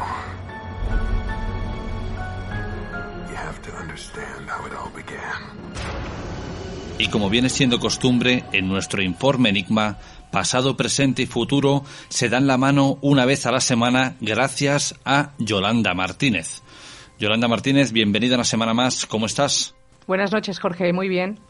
La semana pasada hablábamos del origen del tarot, de su historia, de cómo se utiliza, de los tiempos estipulados, podríamos decirlo de esta forma, para que surja efecto, pero a la vez os pedimos que nos enviarais vuestras preguntas o vuestras cuestiones, vuestras dudas, para que Yolanda las respondiera en nuestro informe Enigma. Y eso precisamente es lo que vamos a hacer hoy. Sin embargo, lo que veo aquí en la mesa, lo que veo aquí delante, Yolanda, son diversas barajas extendidas. Háblanos, ¿qué es lo que tengo delante de mí? Pues mira, hoy he traído el tarot de Marsella, que es con el que trabajo yo. También he traído el tarot de las brujas, que como dije la semana pasada, es un tarot muy bonito que está pintado y diseñado por el pintor y diseñador neoyorquino Mark Evans. Y en vez de cartas de tarot parecen postales, pero me dan una información, pues la verdad, muy, muy buena. Y bueno, también he traído el tarot de los ángeles, que vas a ser tú el encargado de escoger para cada persona que ha hecho una consulta, pues va a tener un consejo del tarot de los ángeles y vas a ser tú el encargado en coger la carta, en escogerla y yo en interpretarla, ¿de acuerdo? Diferentes barajas, diferentes formas, diferentes dibujos, ¿todas sirven para lo mismo o cada una tiene una función distinta? Bueno, siempre empiezo con el tarot egipcio, que es el que miro las energías de las personas, cómo están, y me dan una información de lo que está pasando al momento. Es un presente inmediato. Después ya trabajo con el tarot de Marsella, con arcanos mayores, para ver un futuro o un presente también, pero también podemos ver más allá. Y después con el tarot de las brujas, pues lo mismo. Podemos ver pasado, presente y futuro y me dan una información increíble. Tienen unas imágenes donde hablan por sí solas. Bien, creo que ha llegado el momento de profundizar en esas preguntas y cuestiones que nos habéis hecho llegar. La primera de ellas, Yolanda, que tenemos para ti, viene de un acuario de 41 años y pregunta si continuará teniendo el mismo trabajo que tiene ahora. 41 años. 41 años y acuario. Y quiere saber si va a continuar el mismo trabajo. ¿Es hombre o mujer? Hombre. Nos dirigimos a un hombre. Vale. Perfecto. Vamos a saber este acuario de 41 años si continúa trabajando en la misma empresa o no continúa trabajando en la misma empresa. Pues yo a él le veo como nuevas oportunidades, ¿vale? Si él quiere quedarse, yo lo que le veo es que va a volver a firmar un contrato o vuelve a... como que se van a interesar él o va a tener varias ofertas, ¿de acuerdo? Y yo lo veo firmando, entonces si él ya tiene trabajo, a mí me sale una firma de papeles y me salen nuevos contratos que se le perfilan al horizonte, pero además con un cambio bastante radical porque tiene la Torre de la Muerte, donde me dice que cierra un ciclo para empezar otro. Es un cambio muy bueno, ¿vale? Si él está a gusto donde está, pues yo solo te puedo decir que le sale una oportunidad muy buena o simplemente donde está le ofrecen algo mejor, ¿vale? Pero que la verdad es que sí, yo le veo trabajando y bastante trabajo y muy bien. ¿Le cogemos un consejito? ¿Se lo coges tú, Jorge? A ver qué le sale. Sí, tú vas a ser el encargado de cogérselo. O sea, que depende de Jorge lo que te salga el consejo del tarot de los ángeles. Tiene muy buenas cartas este acuario, la verdad. Venga, coge una. Bueno, mira, esta persona le ha salido el 8 de aire. ¿Vale? Ahora mismo tiene la impresión de estar metido en un atolladero, ¿vale? Tiene falta de confianza en sus recursos y tiene miedo de actuar, pero yo le digo desde aquí que no tenga miedo, porque se le presentan cosas muy buenas y un cambio muy bueno. Entonces, que no tenga para nada miedo, aunque él tenga la impresión ahora mismo de estar metido en un agujero y no sabe cómo salir de él, pues... tiene cartas donde le dicen que no se preocupe, que va a salir adelante y todo le va a ir muy bien. Pasamos a la siguiente pregunta, que viene de una Escorpio de 42 años y pregunta ¿qué tiene el futuro deparado para mí? Bueno, vamos a ver. Recordad que para la próxima son preguntas concretas y que necesitamos saber y para profundizar para esa persona que tenga esa información que necesita saber en ese momento. Es una Escorpio, me has dicho, mujer y de 42 años. Vamos a ver. Bueno, de momento las cartas están diciendo... A ver, tengo la sensación de que, bueno, la verdad es que es una noche que están saliendo buenas cartas, pero esta Escorpio tiene muchas dudas en su vida ahora mismo, ¿vale? La veo muy estancada, la veo con miedos también de actuar, como ha salido antes en la anterior carta del tarot de los ángeles a la otra persona.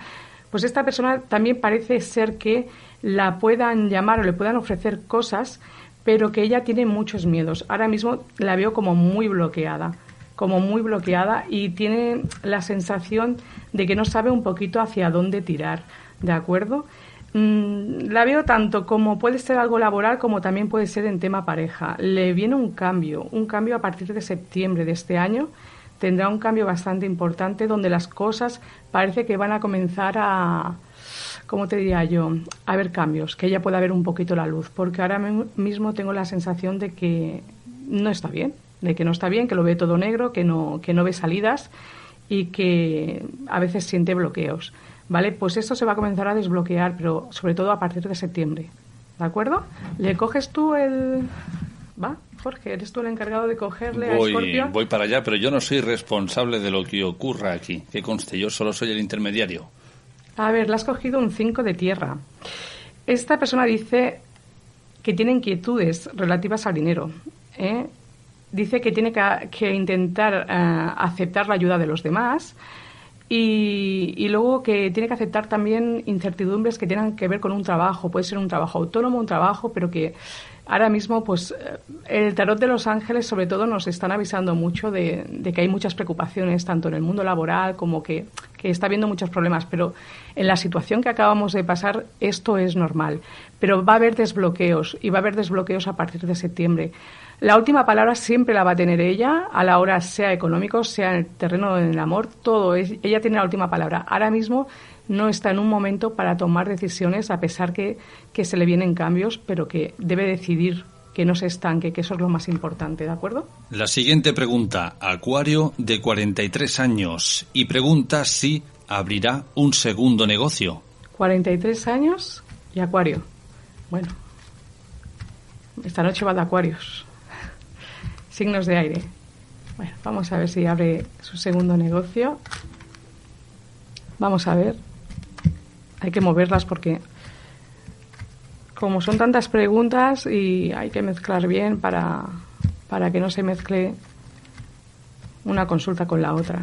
Va a abrir un segundo negocio. Bueno, aquí la respuesta sería un sí. Lo que pasa que ha tenido que durante un tiempo abandonar esa idea, ¿vale? Parece ser que su pareja también le ha hecho como abandonar esa idea. Mira, yo al principio sí que veo que quería abrir como un segundo negocio, pero no sé si es que va a tener que frenar un poco esa idea, al menos de momento, ¿vale? Porque se le van a venir como unos problemitas. Algunos problemas, pueden ser burocracios, simplemente eso, o que tenga incluso, yo creo que esta persona puede tener problemas a la hora de escoger el personal, o que tenga problemas a la hora de contar con gente. Entonces, claro, cuando abres un negocio, no solo es abrir un negocio, es quién pones en tu tienda, quién se responsabiliza de tu tienda. Entonces, sería como mucha carga. Yo veo como un bloqueo ahora mismo. Y por parte de su pareja, es como si tuviera la sensación de que le dice que no lo haga, que abandone esa idea o que se espere un poquito, que no es el momento. Pero sí que al principio he visto que podía ser un sí, pero igual no es un sí inmediato y se tendrá que esperar un poquito más adelante, entonces será un sí. O incluso ha podido pensar que lo iba a abrir, han ocurrido lo que ha ocurrido y ha tenido que frenarlo, ¿vale? Pero tiene que gestionar muchas cosas antes de abrir este. Sí que lo abrirá, pero igual no es tan inmediato como ella piensa, ¿de acuerdo? Y que luego que sepa escoger muy bien el personal, porque me dice que con el personal podría tener un poquito de problemas a la hora de escoger el personal para sus tiendas, ¿vale? Y no es lo mismo tener un negocio y tienes un problema que tienes dos negocios, tienes dos problemas. Pues sí, es un sí, pero un poquito más cara al futuro. Venga, Jorge, te toca coger carta de que son un poco así. Yo todo lo hago bien. Bueno, sí, todo. Vamos allá. Un 8 de tierra. Bueno, ¿ves? Dice que un trabajo altamente cualificado es recompensado.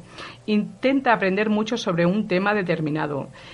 Le dicen que primero, antes de empezar esta carta, el 8 de tierra, sobre todo que se lo estudie todo muy bien. Es como si tuviera que volver al colegio, para que me entiendas. Es como volver atrás, al principio. Están diciendo que ella, el trabajo que hace, lo hace muy bien, pero que tiene que intentar aprender mucho. O sea, de esta situación tiene que aprender también, ¿vale? Y antes de iniciar otra vez este negocio, que es como retroceda y vea qué es lo que puede aprender de esta situación, ¿vale? Vamos con una que me gusta muchísimo a mí, con un tema recurrente que siempre sale en cualquier consulta de tarot. En este caso viene de Virgo, 38 años. ¿Encontrará el amor?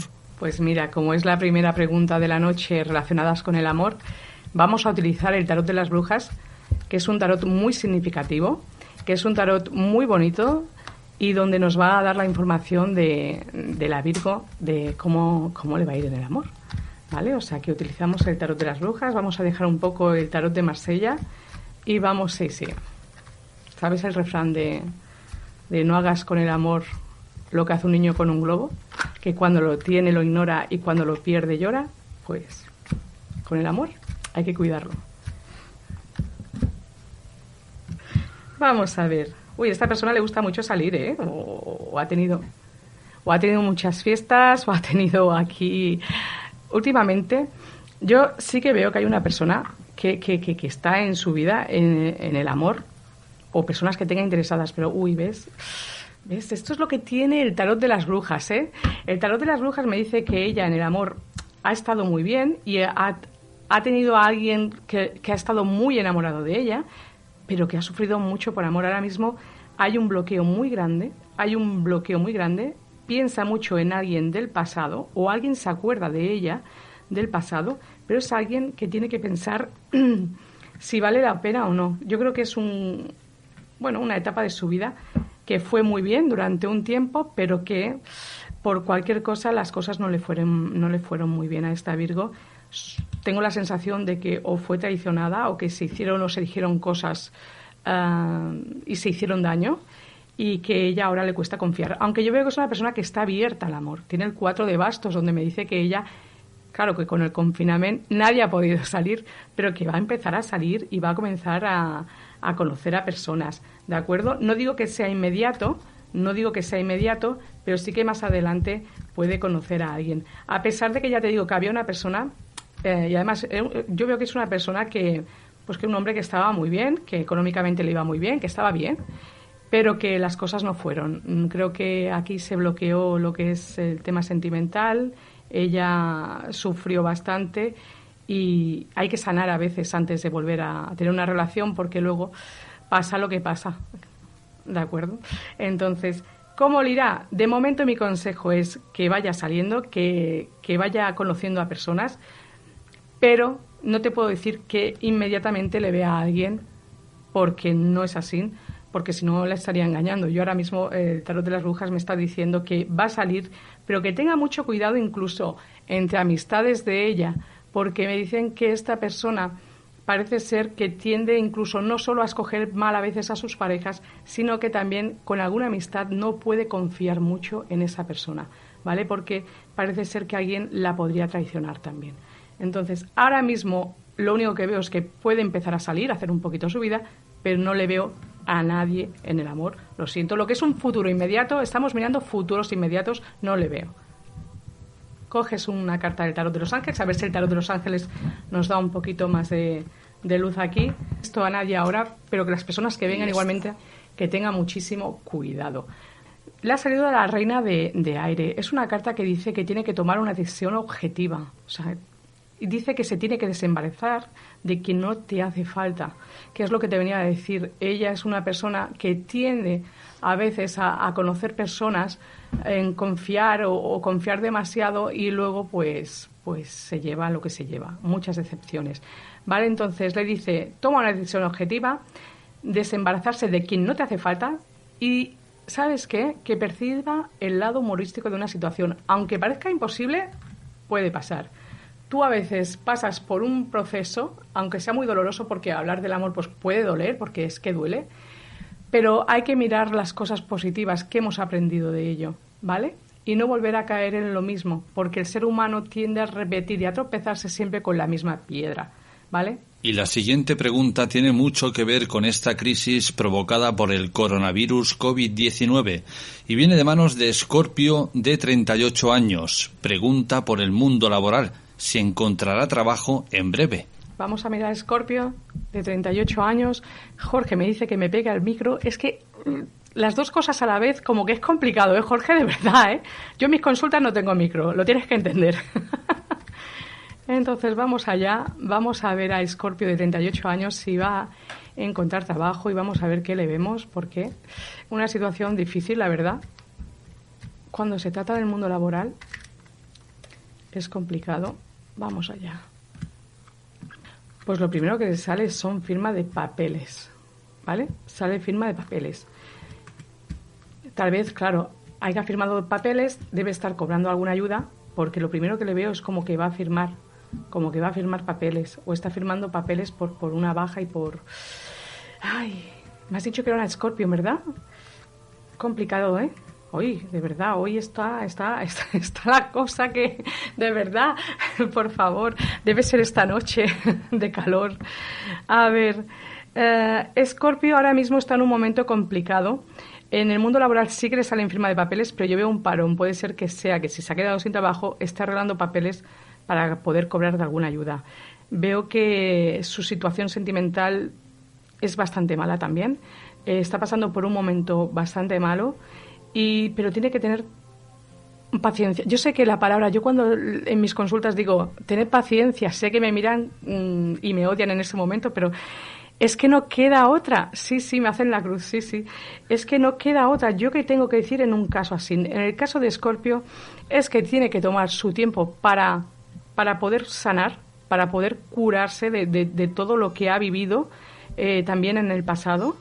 Y porque a ella veo que le ha afectado mucho más que tal vez a la otra persona, o que ella no acaba de encontrar su sitio, es que como si ahora mismo no encontrara su lugar en su sitio, en su mundo. Entonces, tiene el sumo sacerdote que le está señalando el diablo. A mí estas cartas no me gustan porque me dice que a veces ella tiene pensamientos pues que no me gustan, que ahora mismo está sumergida en un túnel donde cree que no hay luz. Y sí, hay luz, por supuesto que hay luz.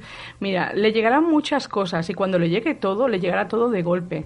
Puede ser sentimental, puede ser laboral, es que le llegará todo de golpe, tendrá nuevas oportunidades. No digo que vaya a ser inmediato, estoy trabajando ahora mismo con arcanos mayores y siempre los tiempos son un poco futuros y no son tan inmediatos, pero es un momento de que ella ahora se relaje. ¿Puede tener oportunidades de firmar papeles? Sí, pero me dicen que podrían ser contratos cortos, ¿vale?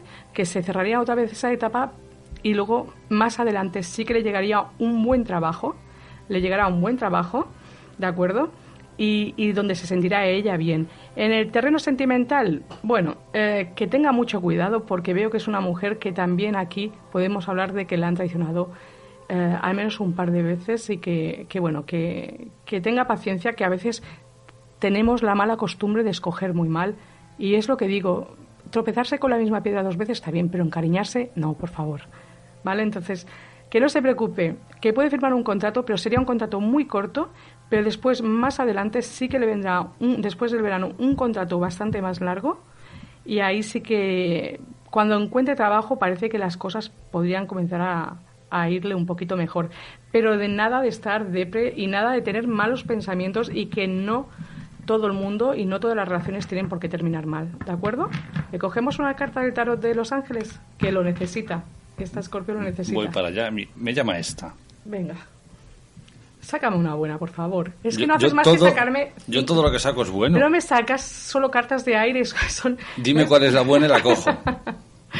Me dice que es un 5 de aire. Las cartas de aire normalmente son cartas que nos marcan mucho lo que es el momento, cómo se encuentra ella ahora mismo. Y es una elección poco juiciosa. Dice que intente obtener enseñanzas de esta situación y que analiza los motivos de cada uno, ¿vale? Seguramente que cada uno ha tenido unos motivos, sea en el mundo laboral o sea con una relación. Entonces, que analice los motivos de cada uno y ya está.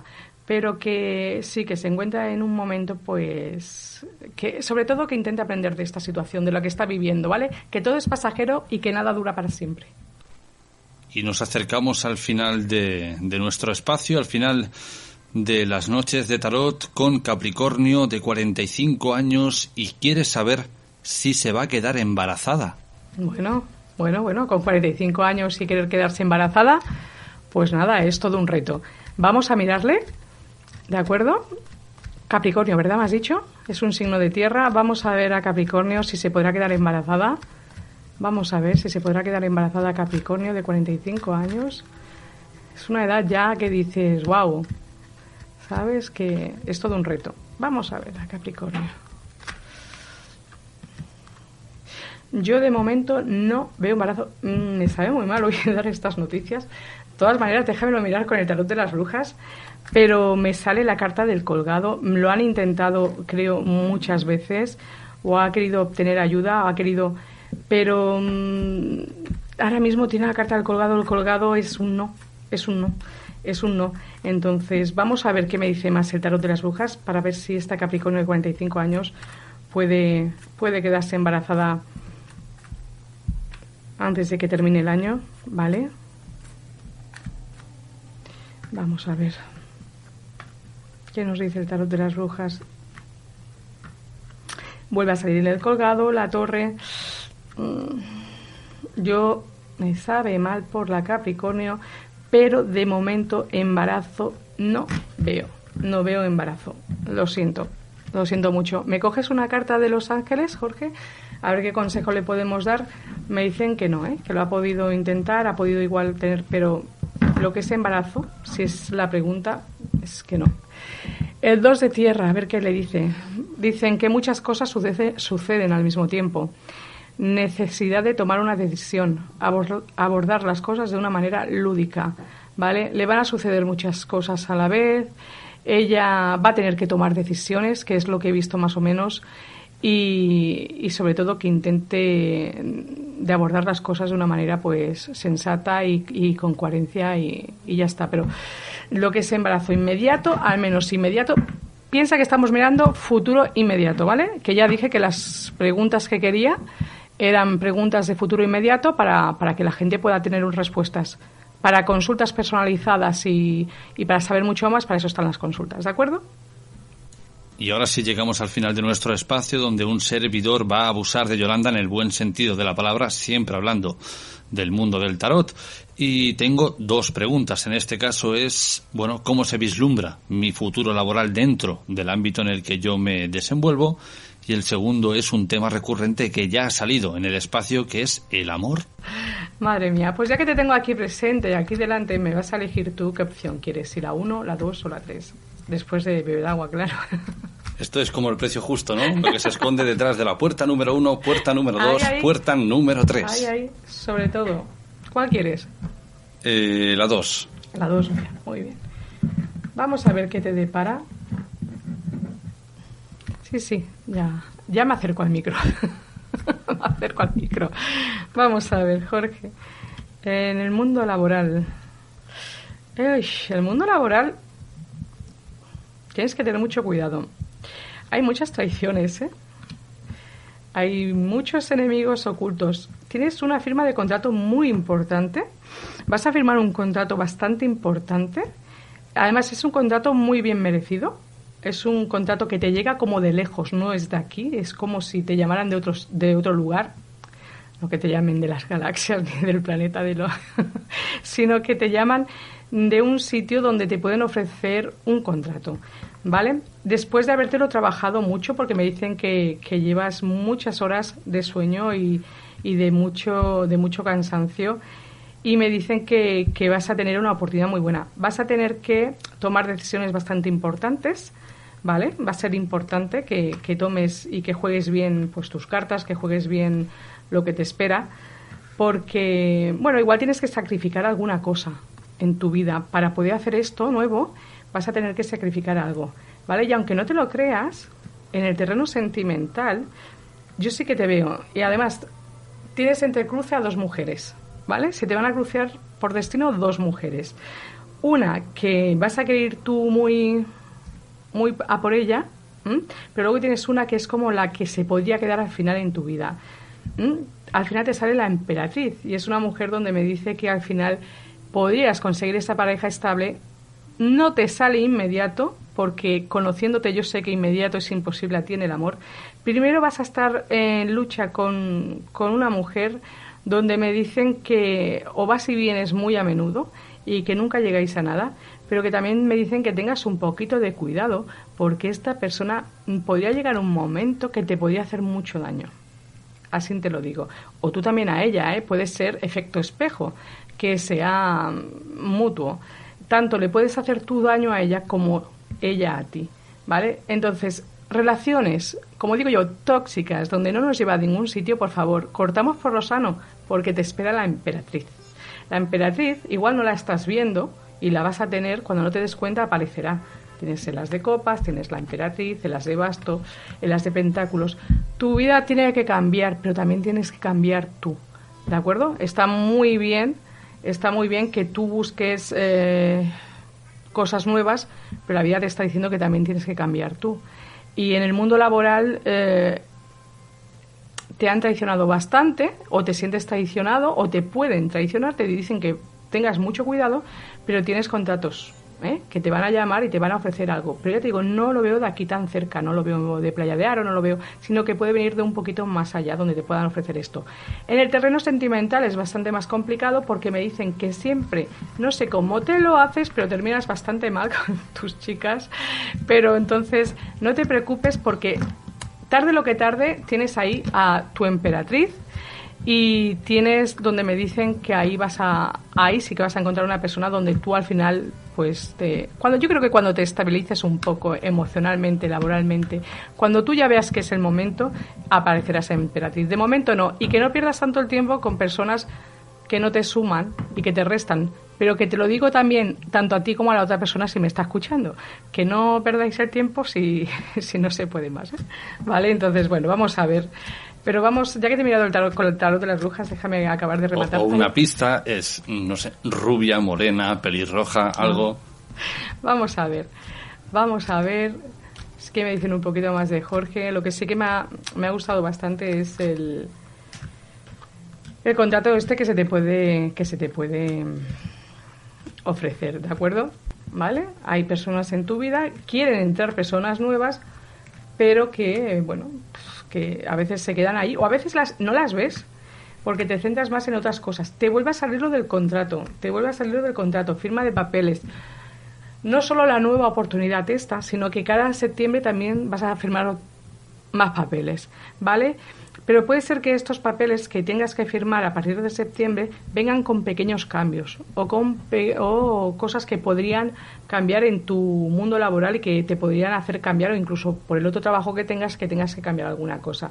Yo te digo una cosa, hay personas muy interesantes que pueden entrar en tu vida y me dicen que a veces estás más pendiente del pasado que del presente, ¿vale? Entonces comienza a mirar un poquito hacia adelante y a ver nuevas oportunidades, en el terreno del amor, porque te llega una persona que podría estar muy bien y que te podría realmente llenar y que abras los ojos y ya está, solo eso. Jorge, acuérdate de tu carta del tarot de los ángeles, que te tienen que dar un mensaje sí o sí. ¿Más mensajes? Más mensajes, sí. Por aquí, esta. ¿Ves? Siempre sacas cartas de aire. Pero, hombre. Dice, mira, una situación difícil conoce su desenlace. O sea, tú estás en un momento donde me dicen que estás en una situación muy difícil, pero que al final todo se va a terminar y comienzan... Dice, realiza cambios y espera que las cosas mejoren. Supera una dependencia, ¿vale? No sé si hace poquito te has independizado, pues es que la superes, que vienen cambios positivos, no te preocupes, y que esperes que todo llega. Ahora sí, cerramos aquí nuestras noches de tarot. Recordar, queridos amigos, que esto es solo una pequeña muestra. Son preguntas muy superfluas, muy sencillas, muy superficiales. Si queréis profundizar un poco más, Yolanda, formas de contacto. Para contactar conmigo tenéis que enviarme un WhatsApp al 647-552954 y aquí podéis pedirme información. Hago consultas presenciales y consultas por teléfono. Y recordar, queridos amigos, que desde este preciso momento todas nuestras redes sociales están a vuestra disposición para que nos hagáis llegar vuestras preguntas, vuestras peticiones, vuestras consultas, y Yolanda la semana que viene, de nuevo, las volverá a contestar en directo en nuestro Informe Enigma. Hasta que llegue ese momento, Yolanda, mil gracias y hasta la semana que viene. Buenas noches.